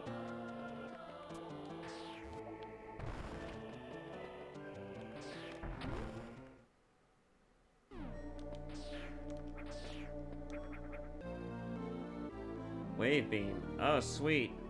Now I can shoot through surfaces, too. This beam, which is made up of energy.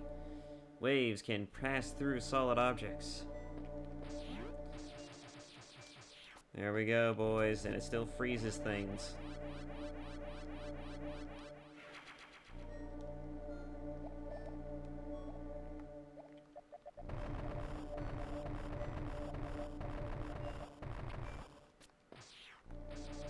You know what I would like to see more of, though? You know what I really like to see more of? More uses of Zero Suit Samus. Like, we've all played the games with Samus in her various suit. In, like, weaker and better versions of this same suit. Constantly. But we never get much, we never really get much chances to see Samus really shine outside of her suit. Now, I get that her armor is like some kind of, is like some kind of like almost like a living type of armor. Like it's like the technology of this armor is almost like it's like alive and it's a part of Samus literally. It's like almost like an extension of herself. It's like a physical form. It's like a physical body that has that kind of like has a mind of its own, sort of. I wouldn't say a mind of its own, but it's like basically the suit isn't like a new set of clothing. It's like a different. It's like another pair of skin, sort of. It's like another layer of skin for Samus, I guess would be another way to put it. So, and it's one of the reasons why the armor is so moddable. It's because it's literally like a evolving metal. It's some type of evolving technology where it could absorb things and re-change itself to fit whatever sort of form and needs that are necessary for Samus herself. And that's actually pretty lit. It's actually a pretty cool fucking suit if you ask me, but it's, yeah. It's one of the reasons why that the Space Pirates are so at odds with Samus's abilities. It's because, like, you know, the suit is so advanced that they're not too sure what the hell the suit even is or how it even functions. Like in Prime, they literally tried to copy the Morph Ball form, but their attempts to do so were met with a lot of, like, failures, and the resulting deaths of the subjects, of the Space Pirate test subjects. So, yeah. It's a form that's only Samus herself could truly utilize.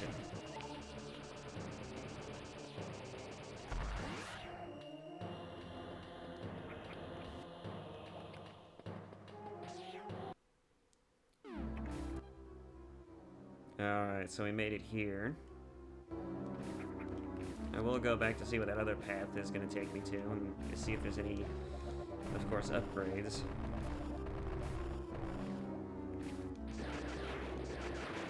Oh, that's how that works.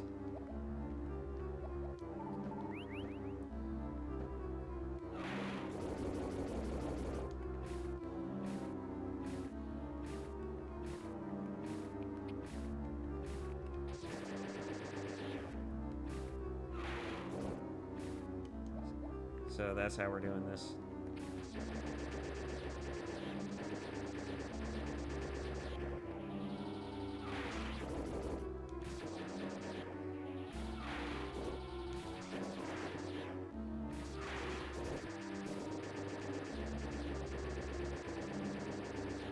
Okay, what am I supposed to do here?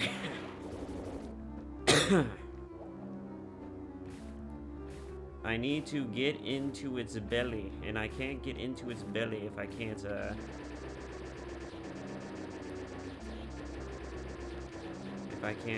get under it. So there's a problem here.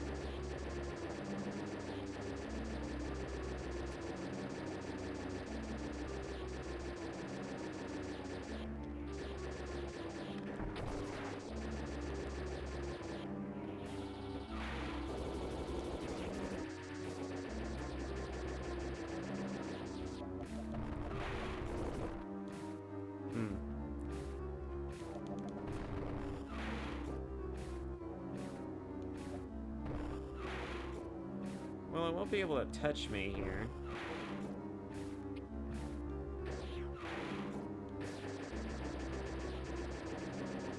Okay, so this is a bit unique.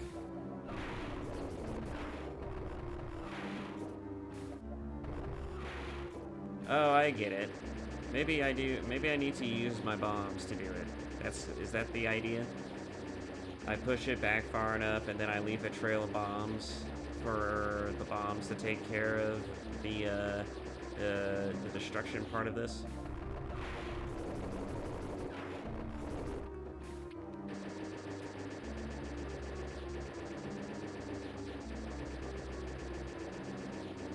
So I need the bombs to blow up its damn stomach.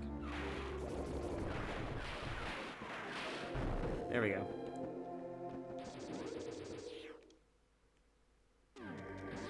Okay, no. Back.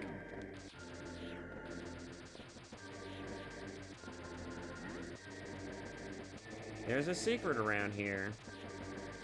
And it's around here specifically. Somewhere. It's kind of neat. I'm just kind of going through its carapace looking thing. Found it.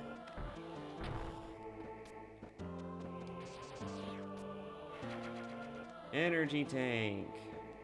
It's the last one, I guess. Is this game actually shorter than I think it is?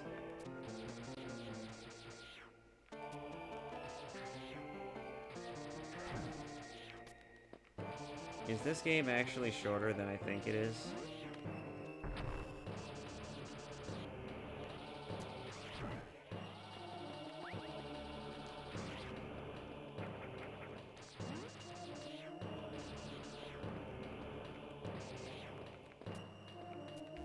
How do I get you? How do I get you? Super missiles is the only way. Now what? I guess we go back now to get that stuff. Just check to see what the other area was.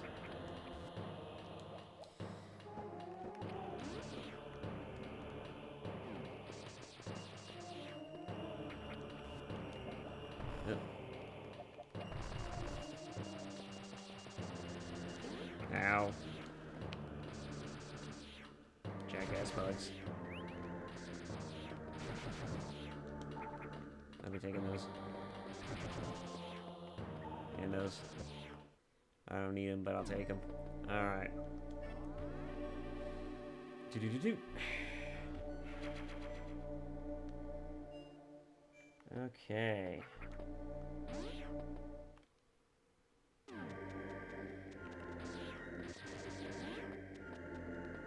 So we know this is fake lava. Okay, I don't need to go this way just yet. I mean, I've already been through here, but...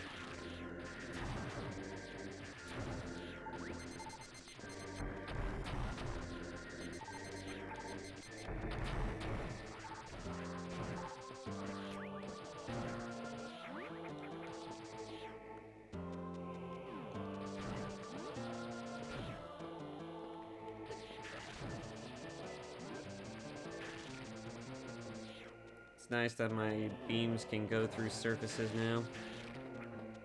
So nice. Ah, you jackass.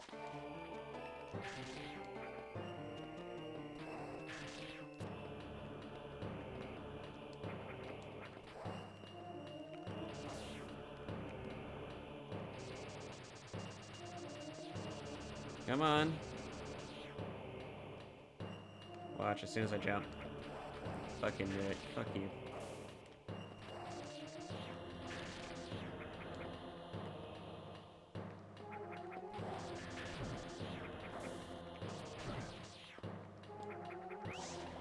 Whee. Oh, it's just a direction to get extra missiles. I love that. I love it when the game just takes me to a random direction to get extra missiles. I mean, I like more missiles, I'm not complaining, but...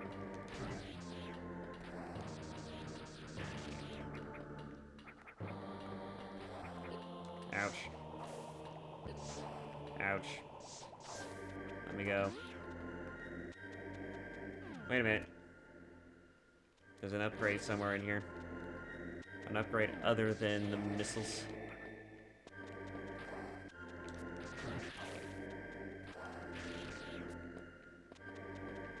Where is it? Where is the upgrade? It's over here somewhere. Where is it?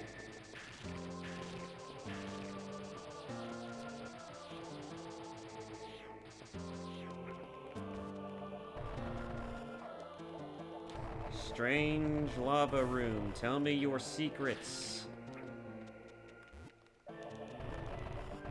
Ouch. Okay, it might be over here somewhere. Oh, there it is. Oh, there's two bombs. There's two missiles in here. Two missile tanks. Damn it, game. Well, at least it's a little bit, extra.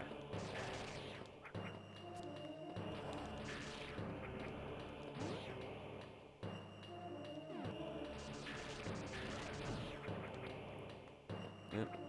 There we go. Ouch.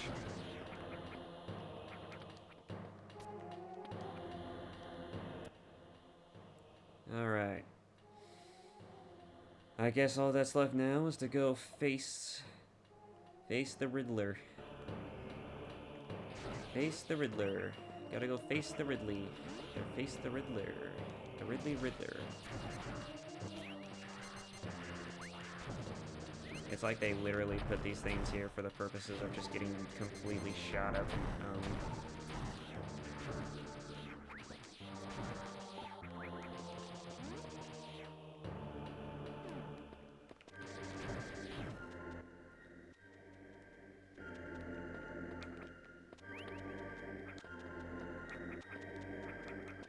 Alright.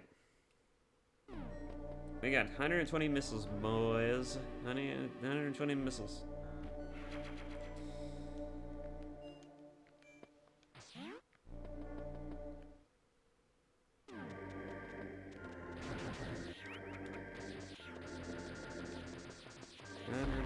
Missiles. Let's see. Now, how do we get over there except maybe just take a detour downwards? But if I remember correctly, there's no way we could go down. Because, yeah, this is why. Oh, wait a minute. That's right. We have all this space to work with. That's right. Hell yeah. Now we can get this stupid missile tank.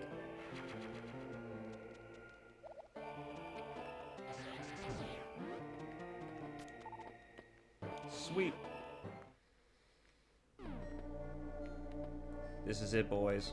We're about to face the big bad himself, captain of the space pirates.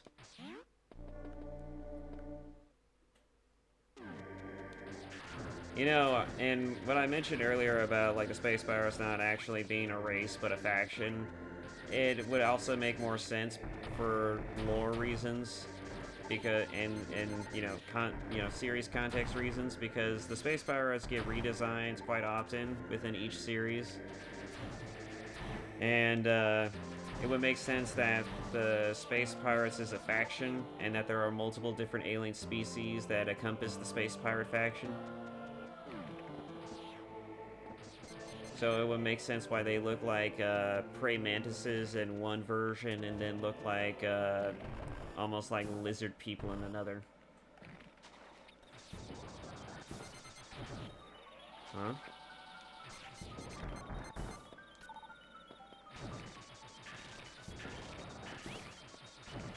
Huh? What is this? Is this a sub-boss? A boss battle? A boss sub-battle? Sub-boss battle? A bad boss? A bad bitch? Bad boss? Bad something? What am I doing here? Ouch. What am I doing here?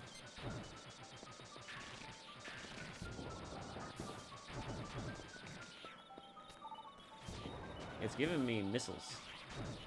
And health. Which means it wants me to do... Ouch.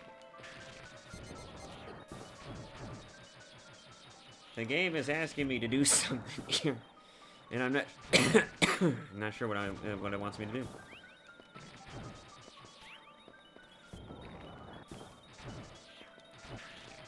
Wait a minute. Nope, that didn't work. Okay. I think I need to aim my missiles at something here.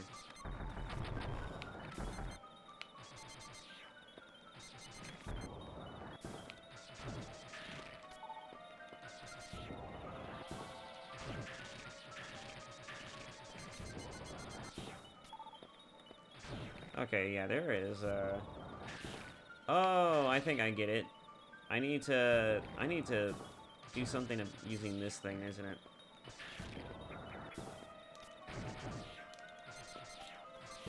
Ouch. Yeah, that's gotta be it. I gotta use that as a platform so I can hit its dangly bits. That has to be it.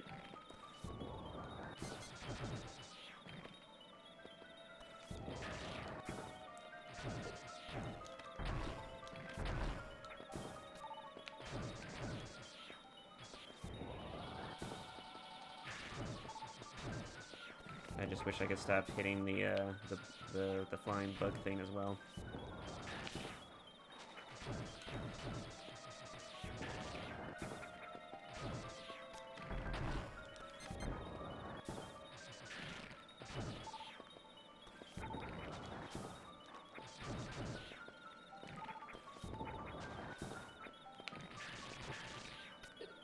Ouch.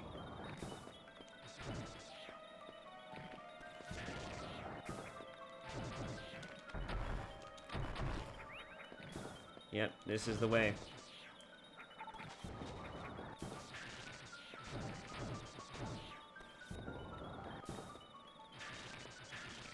Okay, I'm not trying to hit that.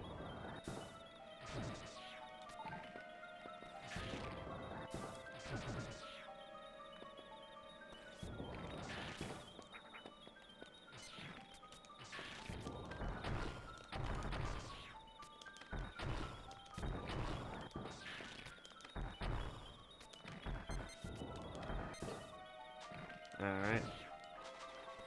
So I hit all the ones on that side. Ouch. You little bastard.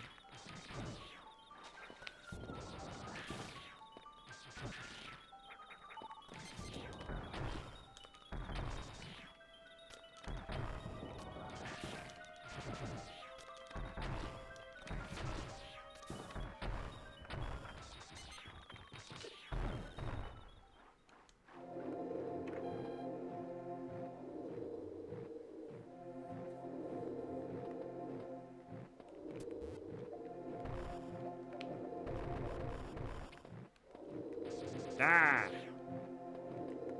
Die, damn you! Alright, well that's over. Well, maybe not over. I got a sneaking suspicion about this. Oh.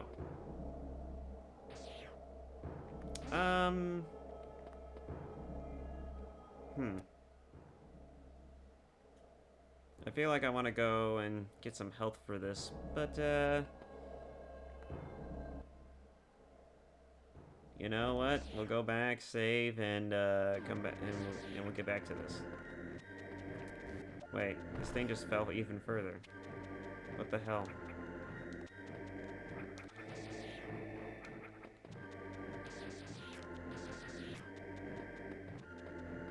Okay, well, I guess I can go back now. Yippee. Alright. Well, I scares to imagine that, because the last time Kraid, there was like a little bit of fapping about before we actually got to him, so. And cutscene, of course. This must be the part where Ridley lands and begins to investigate the area.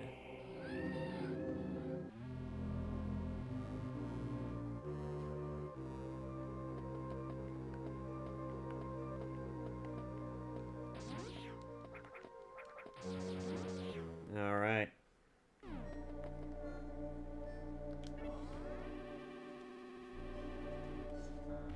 Man, oh man.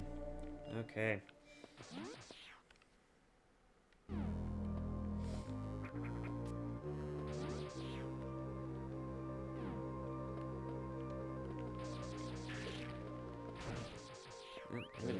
a little more. Ah! That, wasn't expecting that. It's refilling on missiles and health. Well, that's nice. They just have a little depot for this right here.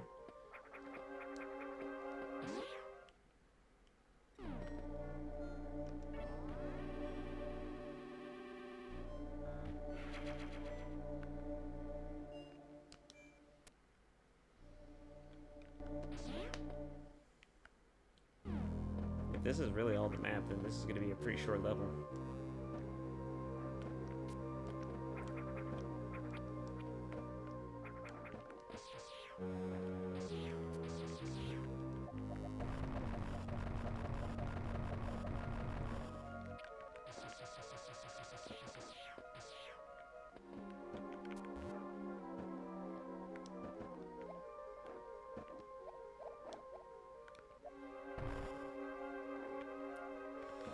Okay, yep, looks like I'm gonna need the super missiles for this.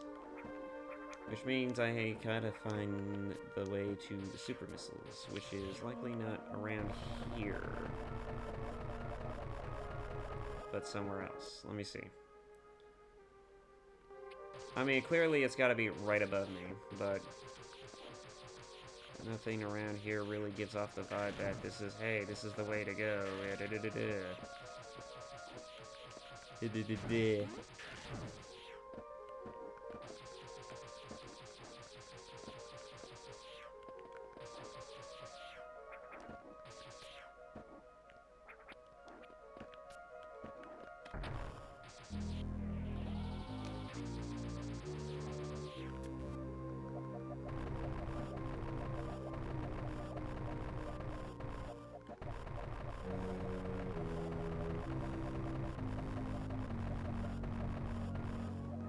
The atmosphere is pretty stellar in this location.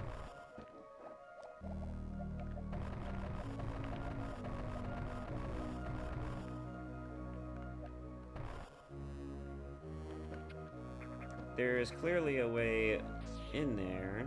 I just gotta figure out how, or if that's even possible from this location.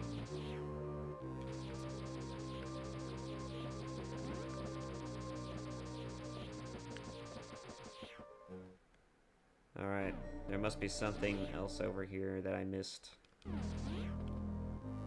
Oh. I didn't know I could break these.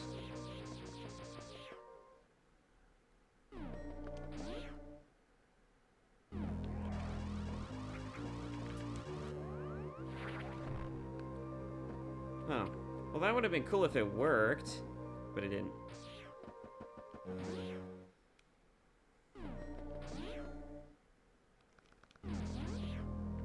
Alright, let's try this again.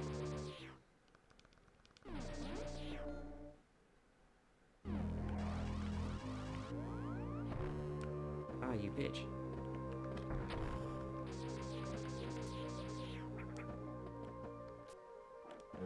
Yeah, I'm definitely, gotta go back here for something. Go past here.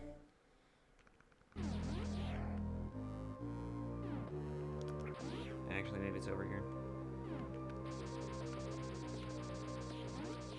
Or not.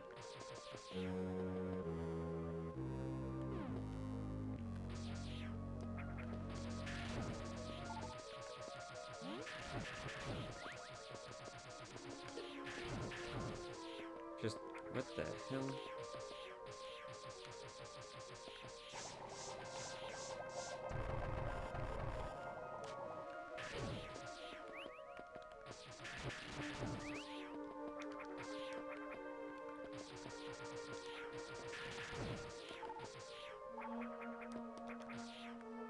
Okay.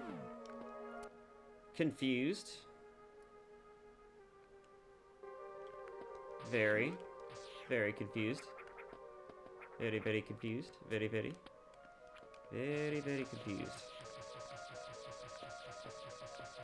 What am I supposed to do here? I mean, I don't have the super bombs.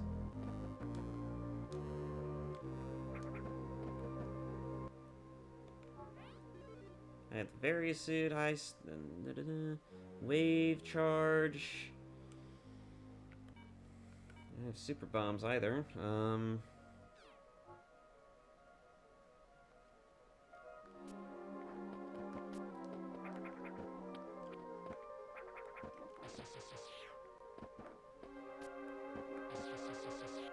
I feel like I'm supposed to do something to this, because it's just sitting right here in front of the screen, and I feel like it's gotta do something involving this.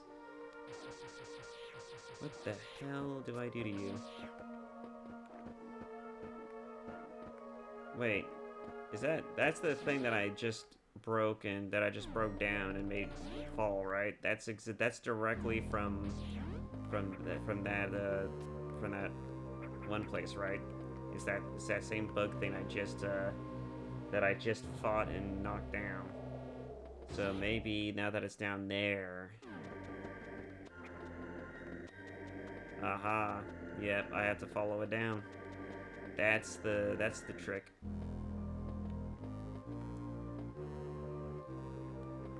Okay, that's cute. What the hell's going on?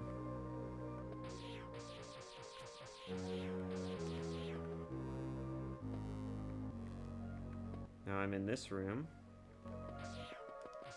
Can't open it. I think we're in for a mini-boss.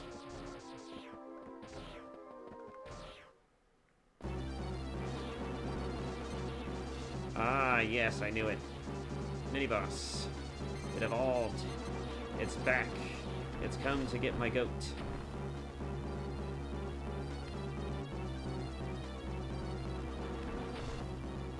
I have to wait for it. Wait for it to come back so I can hit it.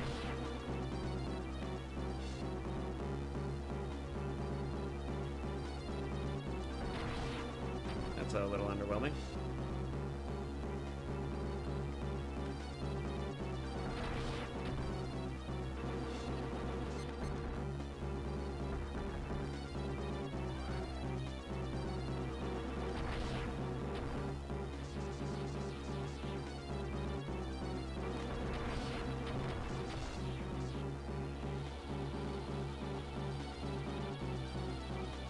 I can damage it with this. Oh yeah, I can.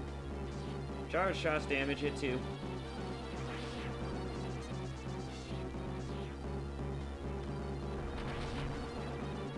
Oh, now it shoots now. Perfect. Because nothing says dangerous and more annoying than a shooting, flying wasp bug thing.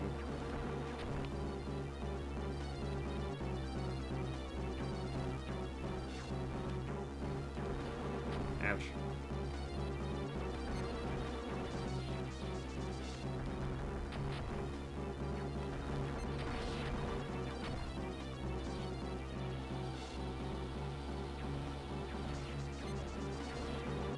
Now you are getting a little faster now. Getting a little too big for your britches.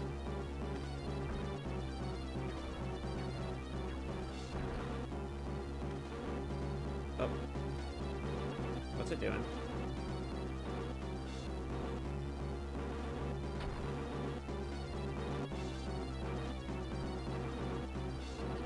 Ouch. It is directly trying to stop me now.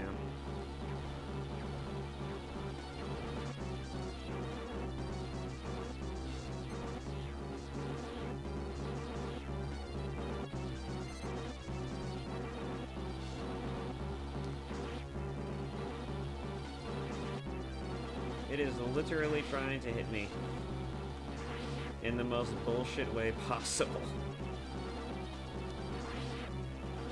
Can I just sit here and cheese it? It looks like it.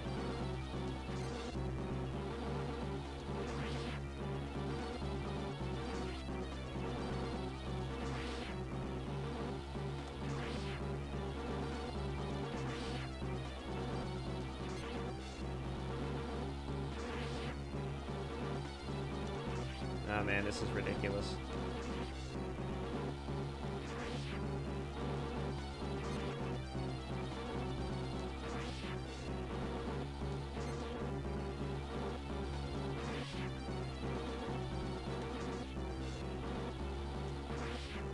This is ridiculous.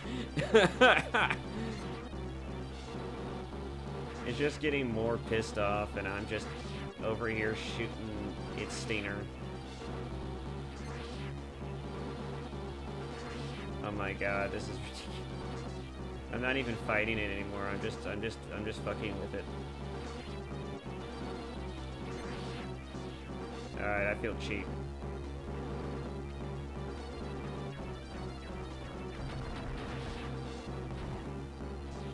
But alright, well, his tail came off.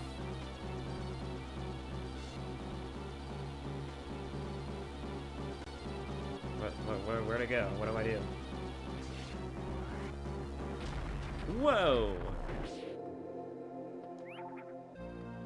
Super missile tank and whoa!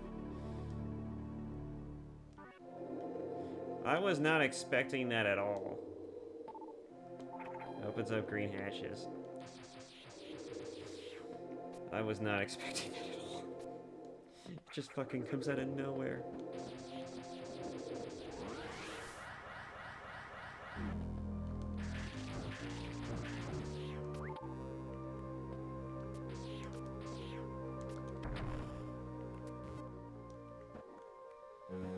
Okay.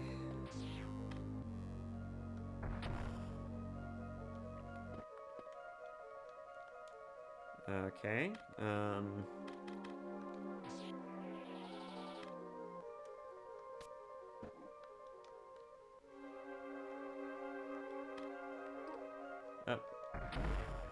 So select has another use outside of just doing that. Great. I was wondering what the select button was going to be used for. Because it just did nothing for like the longest time. Time to restock on items since that took a little bit out of me. Maybe I'll get some super missiles out of it. Because God forbid that we don't have a few good opportunities to maybe hit Ridley with some super missiles.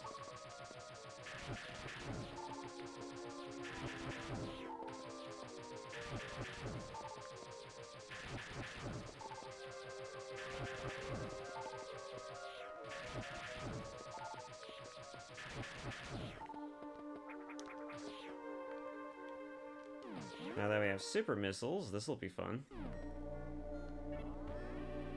And so far, so dandy.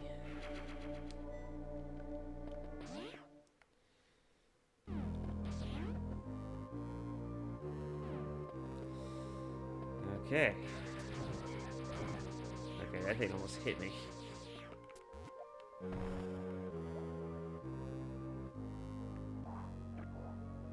Interesting. Okay, interesting. I just skipped all of that.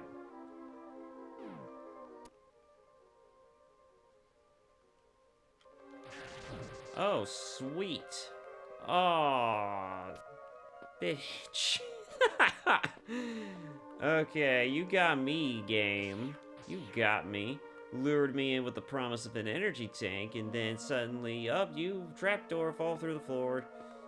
It's more like you just didn't really see the bottom of that floor, but it's they lured you in with an energy tank, and it was kind of clever. That was very clever of you, game. Very clever. Very clever.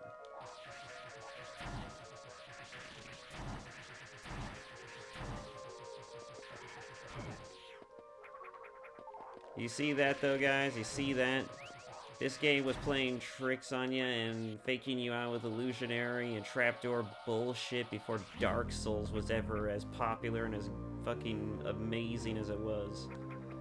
I'm kidding. But on an actual side note, you do not get games like this anymore that actively try to lure in and trick the player and keep them on their toes, quite like any other game series, unless it's Dark Souls, which is a crying fucking shame because I would love to be challenged every so often. Just don't want to have to struggle so hard to get my challenge.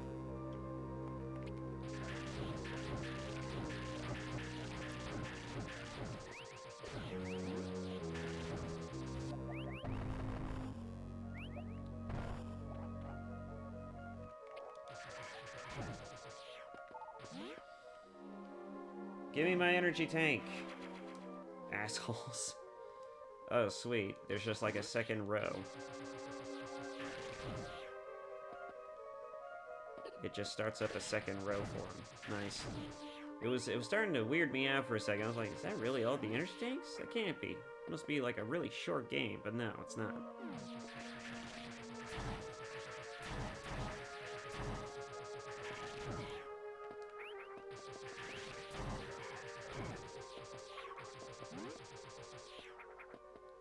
Okay.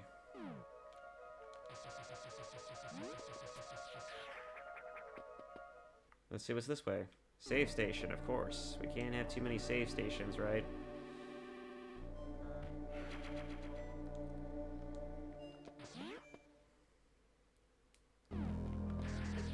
Ouch. Ouch. Jackass. Just kind of tank those hits, but I mean...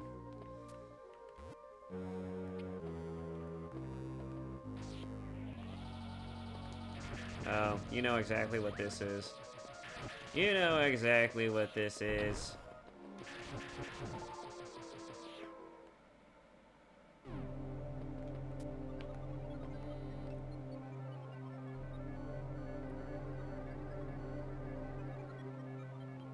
Or maybe not. Man, there's always like a little extra more level before you get to the actual boss. It's so funny.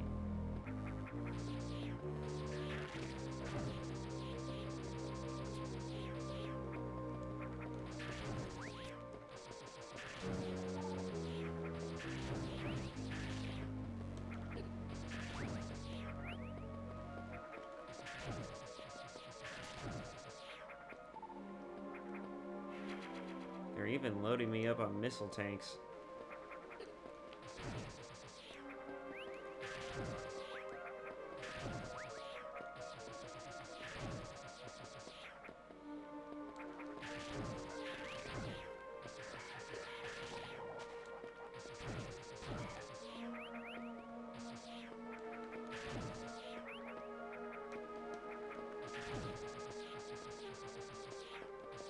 Oh man.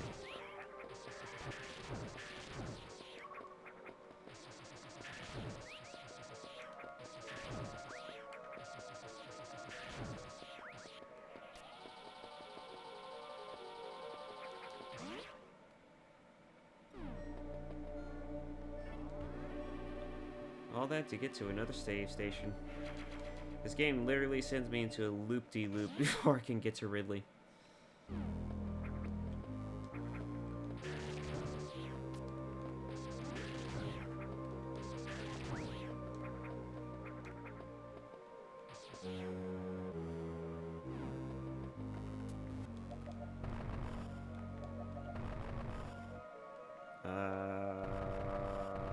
What is the secrets?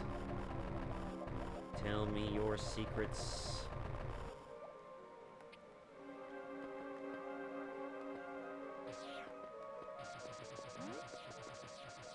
Okay.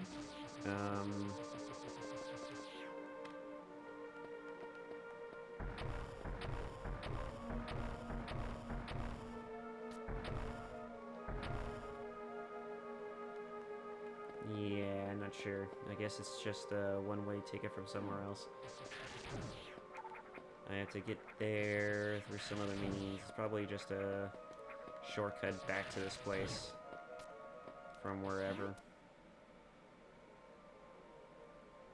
Well, obviously you want to go this way, but... okay. I need to get a new Chozo upgrade to get that shit.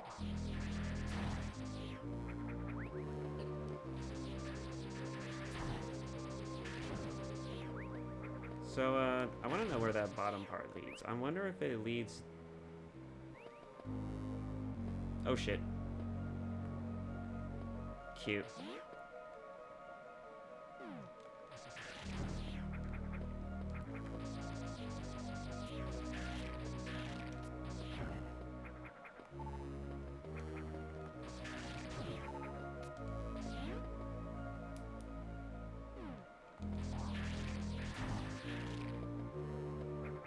Doo-doo-doo. What is this? Where am I? Oop. Boop, boop, boop, boop.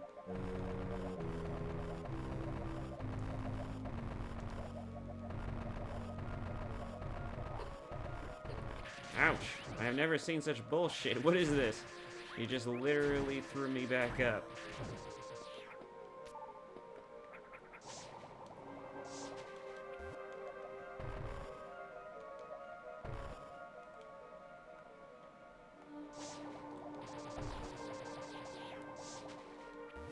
This is literally just to come down here just so I could go back up. Is that literally what this is for? It's literally what this is for. It's just to make me suffer.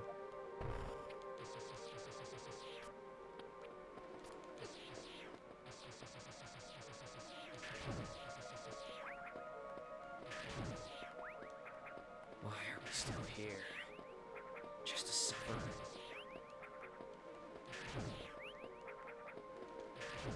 I wonder if I should ever do a Metal Gear series.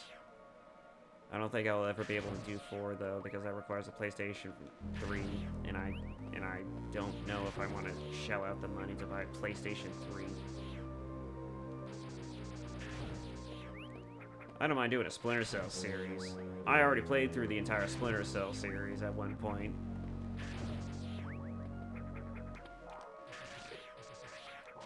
So that'll be nothing new for me, son of a bitch.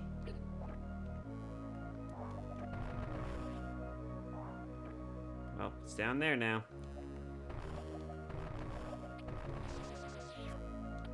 Screwed yourself, buddy.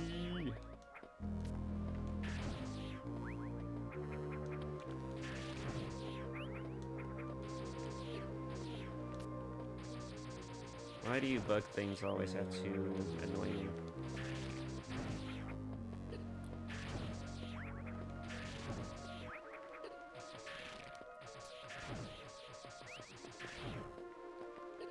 Oh my god. One at a time, take a number.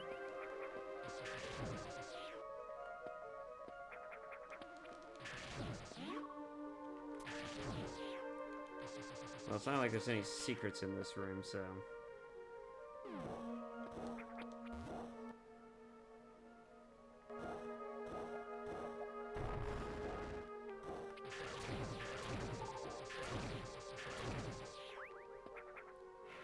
Missile tank.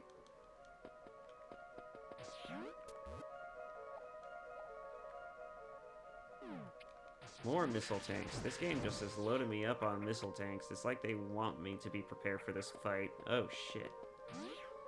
I wanted to grab it, but... room caved in from under me.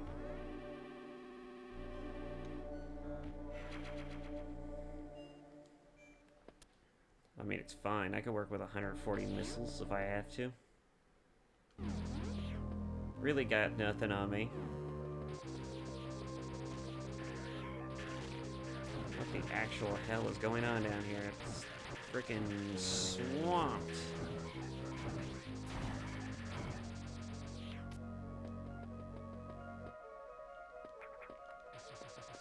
We're all just stuck down here for whatever reason.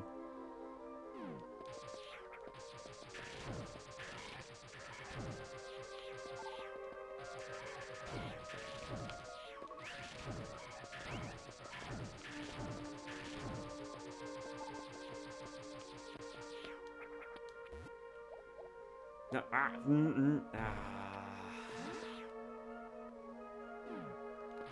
I saw the circle on the map for like a split second before I went that way. Little did I know it was a one-way trip.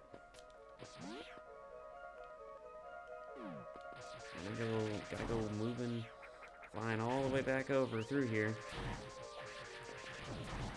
Shooting the crap out of all these things. At least I'll get another chance to get that missile upgrade, but man.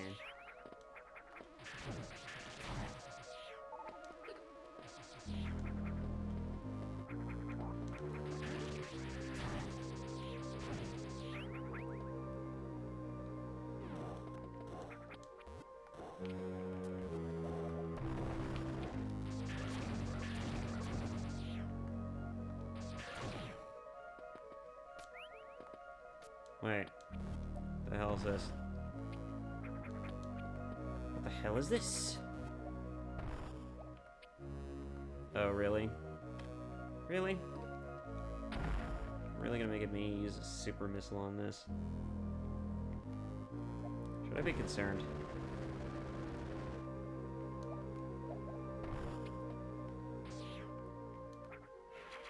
Nope. It was brilliant. That's what that was. Super brilliant. Super tank brilliant.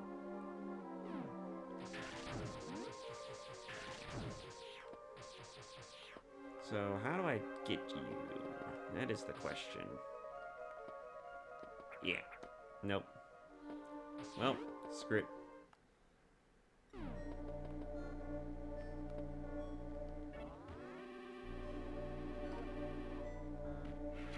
I mean, I got 3 super tank missiles. Super missiles. Got 3 of them. Ow. Bitch.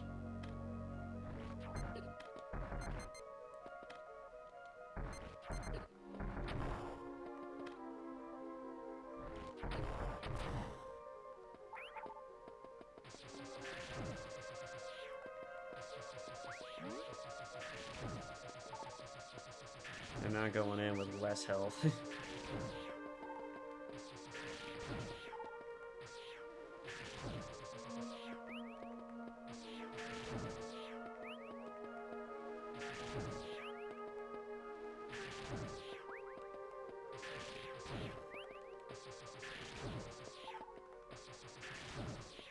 I want more missiles. I want more super missiles. That's it.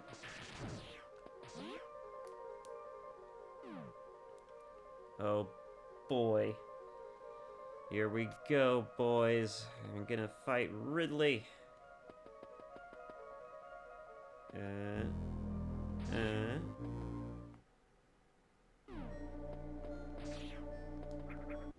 Cute. Game's gonna make me fight Ridley after I get the upgrade. How, that's very cute. Analysis inconclusive. Item incompatible with current suit.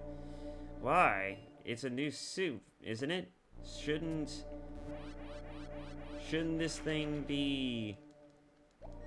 Shouldn't this thing be totally capable of, never mind. Anyways, look at that. Energy tank. It's like this game is just like, hey, you're probably gonna need this for the boss fight. Yeah. Anyways, so, time to have some fun with this.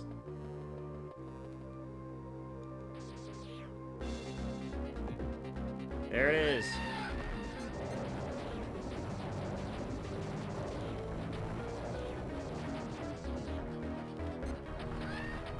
Ah.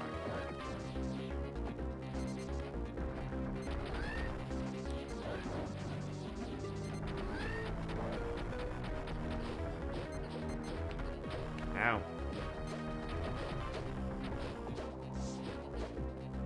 He keeps tail whipping me.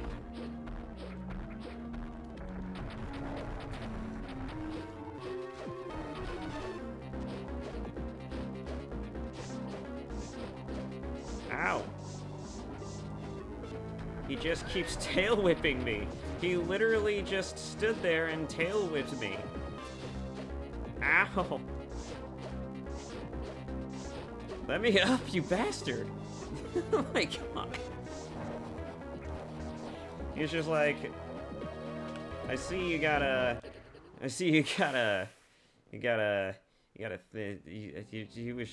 just wanting to be a dick. He just wanted to be a dick. He was just being a real dick. He just wanted to be an asshole.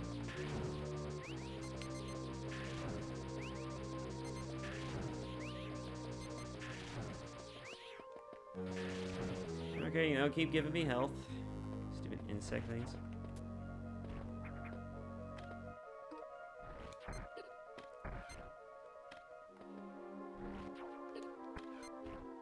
Really?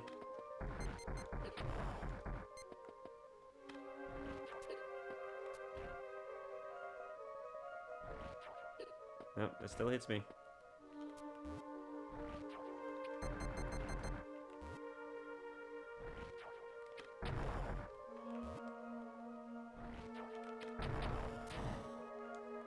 Asshole. Alright. I'll take that. I'll take that. Give me everything that I lost. Actually, no, I don't even need to do this. There's literally a Chozo statue that just refills everything, so...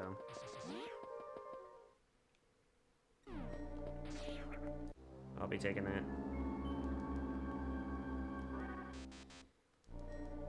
Yep.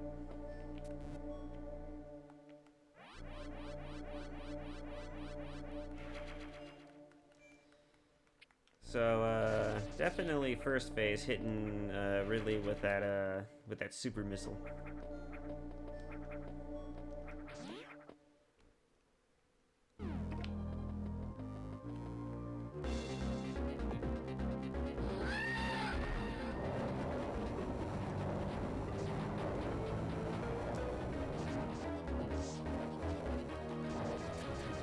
He is such an asshole.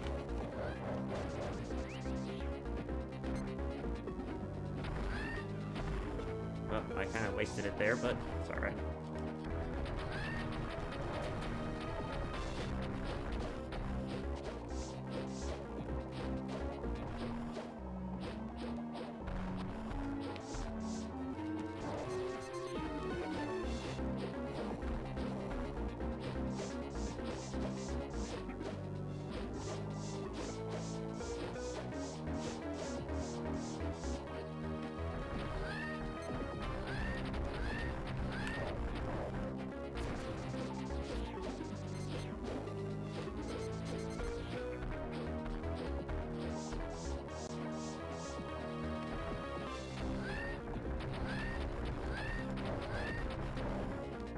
Let me go, you overgrown bat lizard dragon.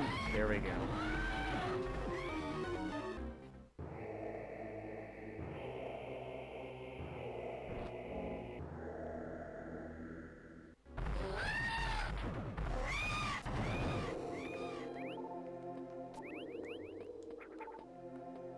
Awesome.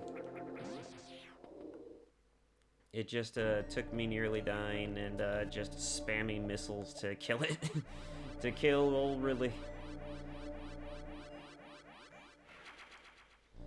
Good old Ridley.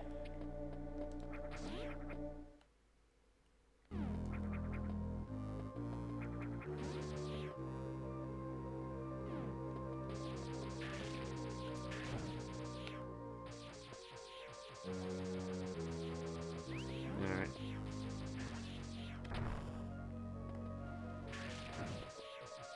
There's a reason why I can't get through here.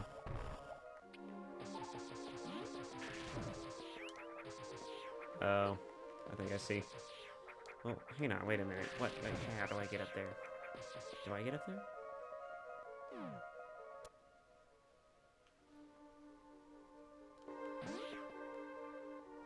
Well, I think I do.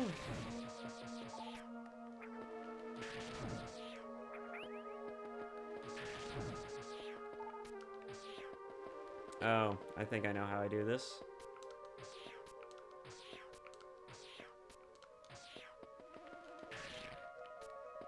Yeah, I think I know how I do this now.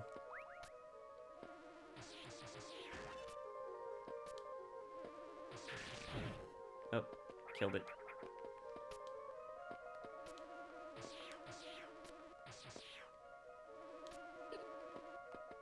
You asshole. There we go. Alright, that's how we go. There. Alright, I guess we just continue through this and out this end and save. Alright, we fought and defeated Ridley.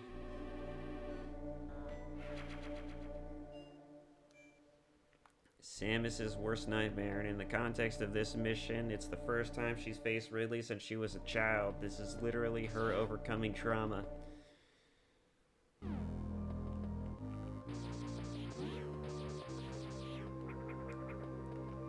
Stupid dragon bastard probably doesn't even know it's even the same girl. The same little girl he had killed and murdered the family of so long ago. Funny how that works. Seriously, what the hell's with all the monsters down here?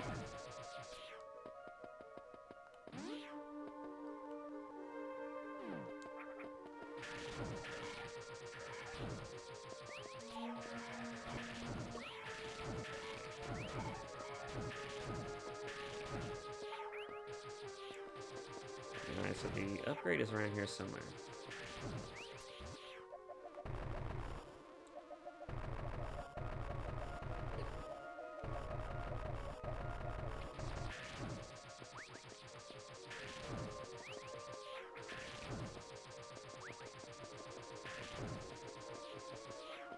Oh, room full of bugs. Tell me your secrets.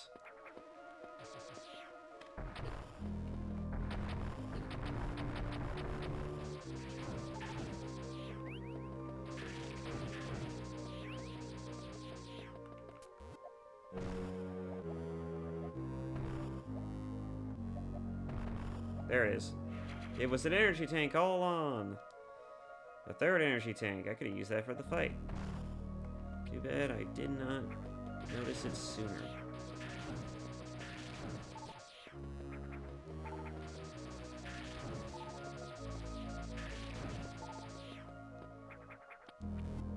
Well, with Ridley dead and done, it's time to get the hell out of here.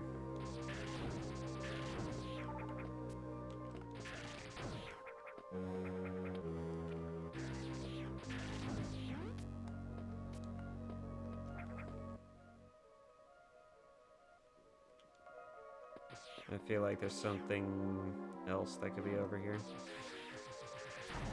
As you do.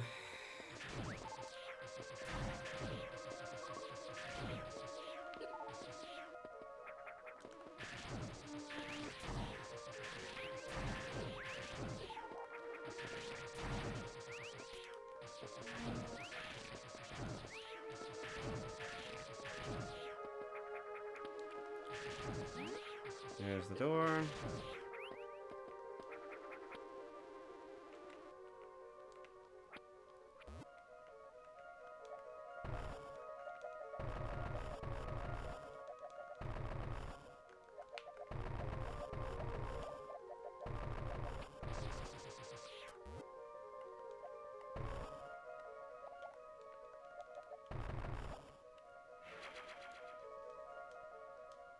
It's just literally a missile tank.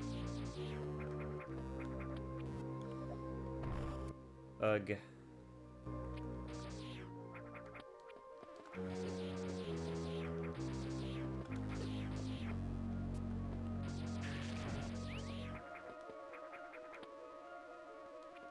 Game was quite happy feeding me upgrades, but never happy getting these types of upgrades.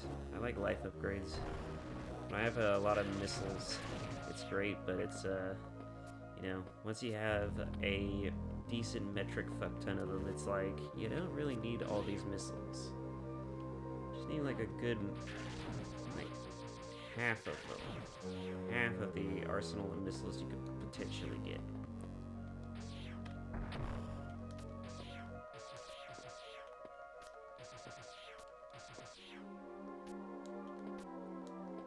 Seriously, how do I get that, I wondered.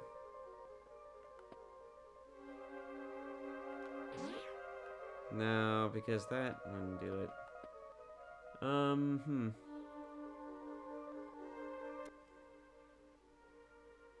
No, that won't work either.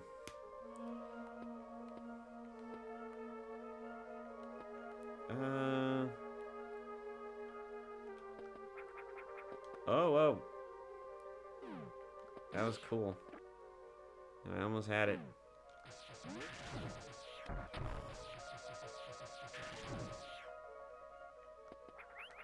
Oh, fuck! Ah! Damn it. Swear.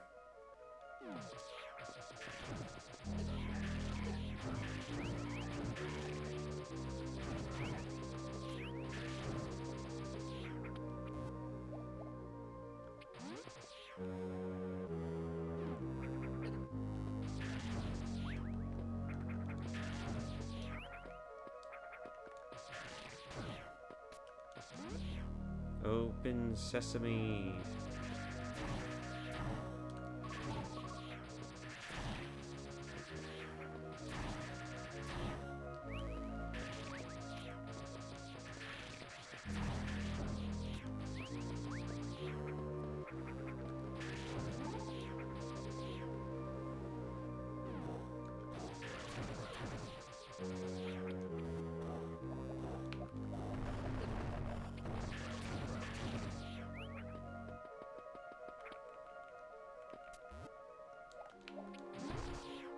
And it sucks because you only get one chance to actually do this.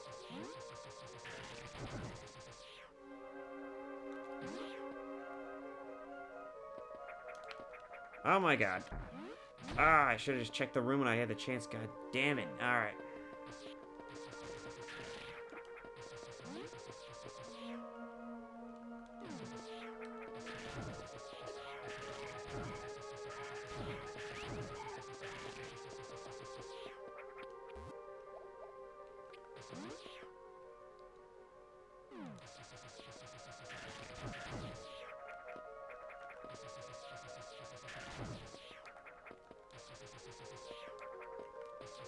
Since this is the earliest in the Metroid timeline, I wonder how old Samus was during this time.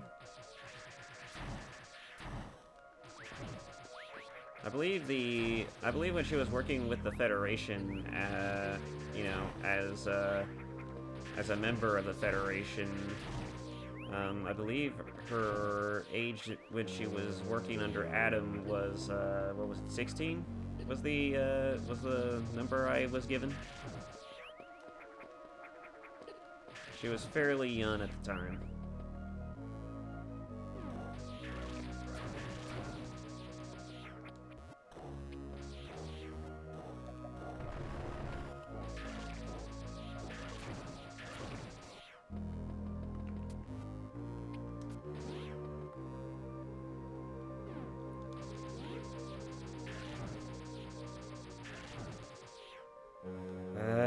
Okay.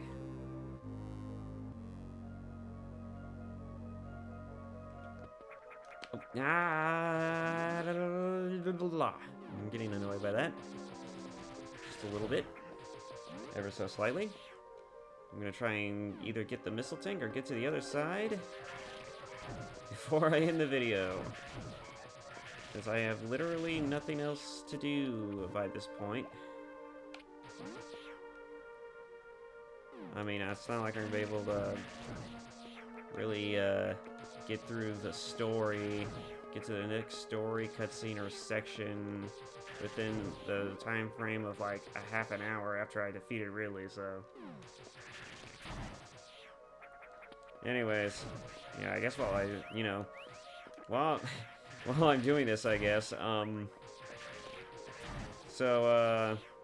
yeah. I'm gonna be able to, I've been thinking about it, and I do think I want to but I do think I want to record Jedi Survivor. I mean, I already played Jedi Fallen Order. Admittedly, the new Star Wars game, Jedi Survivor. I have already played Fallen Order. And while I would like to cover Fallen Order on the channel, I think it's a little late for that. And plus, you know, I'm more interested in covering Fallen Order because it's like it's an older version of the protagonist, and he doesn't look like a wimpy kid in this new one. and also I don't want to fucking have to deal with wearing ponchos. So, yeah. Anyways, yeah, so, pretty neat. I'm gonna definitely check out Jedi Survivor.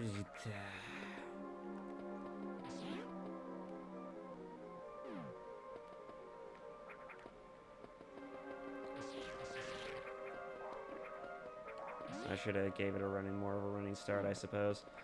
I was just kind of hoping I could just jump it.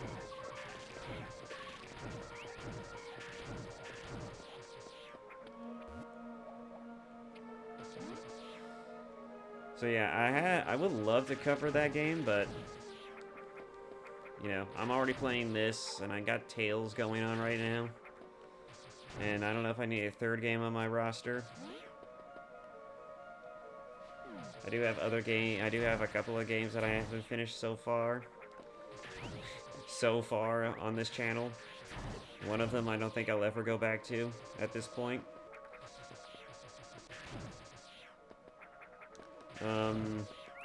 But yeah, it's I just don't know. I just don't know if I want to cover it right now. Maybe I'll cover it some other time.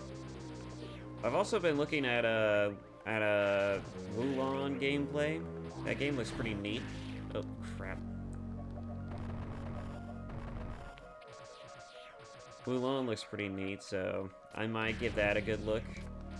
So yeah, I got some there's some interesting things to look forward to. As a gamer, there's a lot of interesting things to look forward to. The only concern that I have in particular with Wulong is that it's a Souls-like from what I've seen, and I don't know if I don't know if I want to play another Souls-like. You would not believe how many times I've tried to get into Souls games, and how little they do to impress me enough to want to actually commit to one. I mean, the closest I think it's ever gotten for me was Bloodborne. And Bloodborne was great because of its atmosphere and also its lore. The lore was actually interesting to me. But, Elden Ring's interesting. It's got a nice open world concept and it kept me busy for a while, but over time I'm just like, I just never went back to it. Yeah. I know Wulong does have actual characters, and an actual fucking story. At least a narrative story. So that's an interesting reason to get it. But, I just don't know about the gameplay. That's my only real concern, is that I don't know about the gameplay. I thought I remember looking online and seeing that, oh, well, there's a demo of it. And I'm like, oh, cool, I want to get the demo. It turns out, I guess the demo was a limited time thing, because I tried looking for it and I never could find it, which is kind of a pain in the ass. It's a real bitch. It's a real bitch. Oh my god. Well, alright. At least I made it to this side. Let's see what's over here.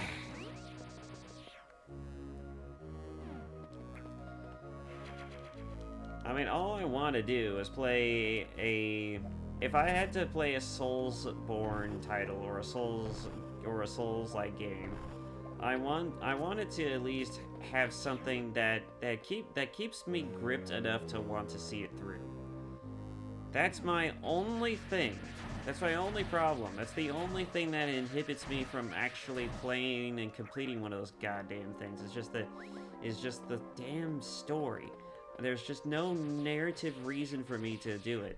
I know it's hard to imagine that, well, maybe it's not, but I need an actual reason to play a game beyond just like, oh, I want to get good at the game and prove that I can be competent and play the game and show my skill at it and shit like that. I need a little bit more than that if I want to play something.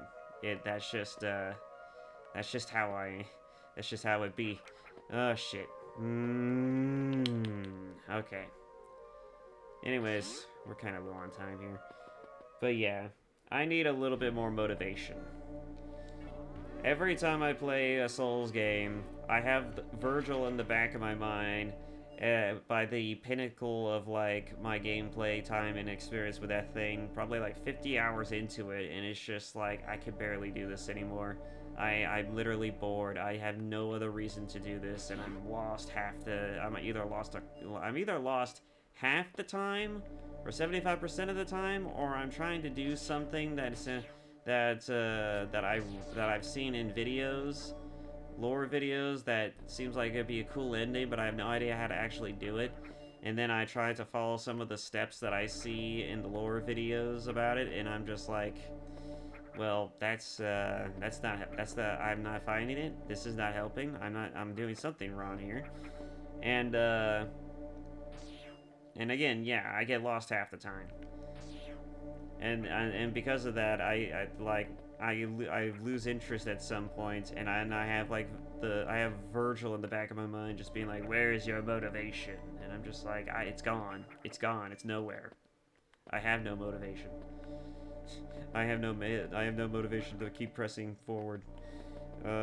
Anyways, yeah. So yeah. This has been a great playthrough so far. I love this game. You know, switching the topic for a bit, I'm really enjoying this game. I know I said this in my previous video, but I'm really loving my time with this game. I love playing retro games because I just have a soft spot and a love for these things. And there's always like a lot of fun to be had with these games, because, you know, like the developers do actually put a lot of thought into having you, like, you know, like having the player, you know, like try to use their brains and rely on a little bit of ingenuity to try to get through their level design and their bosses and shit. And they just they really do try to make the games fun and engaging, and I love that. That's what I love about retro games. They do try to consistently make the games fun and engaging, and that's what I always love about retro games, is that it's just there's just a magic to them that you just don't find in the modern titles these days. You just don't. You don't find it. You don't find it in modern titles at all. And I wish we could find more of that. I wish we could find more modern games that do precisely that. That do precisely try to, you know, like, use excellent game design mixed with good level design to keep the player constantly engaged and immersed into experience, and also be limited by the level of which they can, you know, like, in terms of craftsmanship and shit. Like, I guess I'm trying to. It's hard to explain. I like a game like this, for example, that's sparse on dialogue, that's sparse on story. I mean, I mostly like games for story, but I do like games like this where it's like the gameplay tells the story, and I do love that about a lot of games. But there are some games like, for example, the Souls games. Like, I get that a lot of the story is in the lore, but the lore is also vague and ambiguous. It's like, okay, so this thing is this, and this thing talks about this thing, and this thing talks about this thing. Now I have to basically take all of these other pieces together and infer something completely and utterly subjective in order to truly understand exactly what the hell's going on. And half the time, there's always going to be some asshole who's going to tell you, no, no, no, that's wrong. You're not reading. You're not reading it right. You're not understanding it right. It's just like, well, I mean, that's just the idea, and that's just the inference I'm getting. I don't know what shit you've been seeing, but that's the inference that I've been getting so far. But yeah, it's just I usually stay away from the forums of that shit, forums of those Souls games, precisely for that reason. I also just don't directly engage with the community. I mean, to be technical, I don't directly engage with most of any community. In fact, I actually stay away from public forums and shit like that because, I mean, I have my own ideas and my own subjective opinions on things, and I don't need other people to tell me how I think about video games. I mean, it's not like real life where, like, my ability to understand or do something is indicative to other people's abilities to fucking live their lives. So, yeah. Anyways, or even to live my own fucking life. But anyways, yeah. Um yeah, I don't play video games to get wrapped up in the bullshit. I play games to have fun and enjoy myself. And sometimes that kind of gets wrapped up in the fact that I do and that I'm now recording my gameplay now, and I'm also I'm not only am I recording my gameplay, but I'm also like now it's bringing up a lot of different things in my gaming. Uh, I wouldn't even say gaming career, but it is bringing up a lot of new things that I never even considered or even thought of or even felt before now. Which is like, well, now that I'm actually recording myself playing games, I feel like almost like I have a responsibility to at least play them fucking competently. And so there's like this little nagging feeling in the back of my mind, like, oh well, I need to perform. I need to perform on least on a decent, competent level to be somewhat entertaining, both gameplay wise, but conversational wise, that's a bit difficult and a little bit more tricky, especially if the game has you focused most of the fucking time. There's no better example of this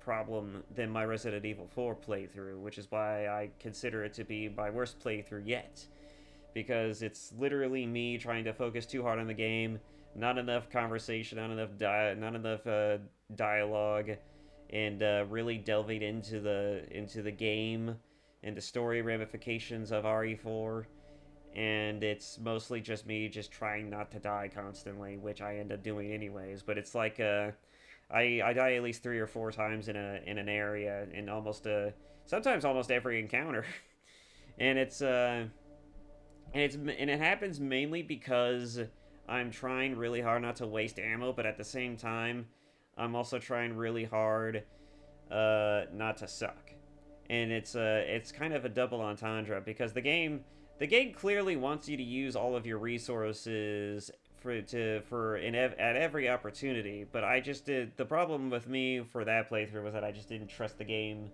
enough to really want to fucking like give it the chance to actually competently give me resources and ammo to really make up for the losses, which it clearly was capable of, and even original OG RE4 was capable of that. But I'm just, I play original RE4 so much that I was stuck in the mindset of like I'm playing OG RE4, and so I'm playing and so I'm gonna play this like OG RE4, and I'm gonna play like it's the same game, and it's not the same game. It's clearly not. Especially since the level design is different, the graphics are better, and enemy for attacks and variants are a little different. There's a lot of differences between OG Resident Evil 4 and remake Resident Evil 4. But anyways, yeah, that's just that.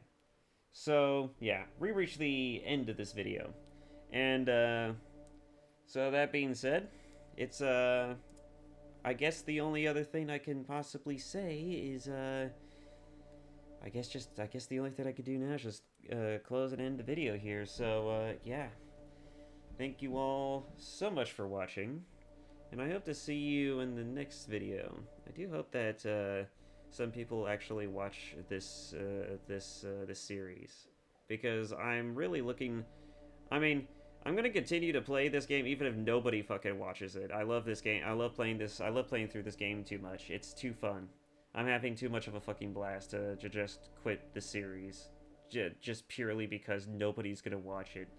And plus, eventually someone's gonna watch it. And I mean, Either because Nintendo decides to release a new fucking Metroid game or announce a new Metroid game, or because someone just decides one day, hey, I wonder what people are playing Metroid games, and then they're gonna look it up and probably find my videos. But it's just like, yeah, I'm just I'm just gonna continue to play this series, and then I'm gonna move on to Fusion, and then I'm gonna play the shit out of that series because I mean, I'm having a fucking blast. It's this game. This game is great. I've always wanted to get into the Metroid, the 2D Metroid games because I love the Prime series so much.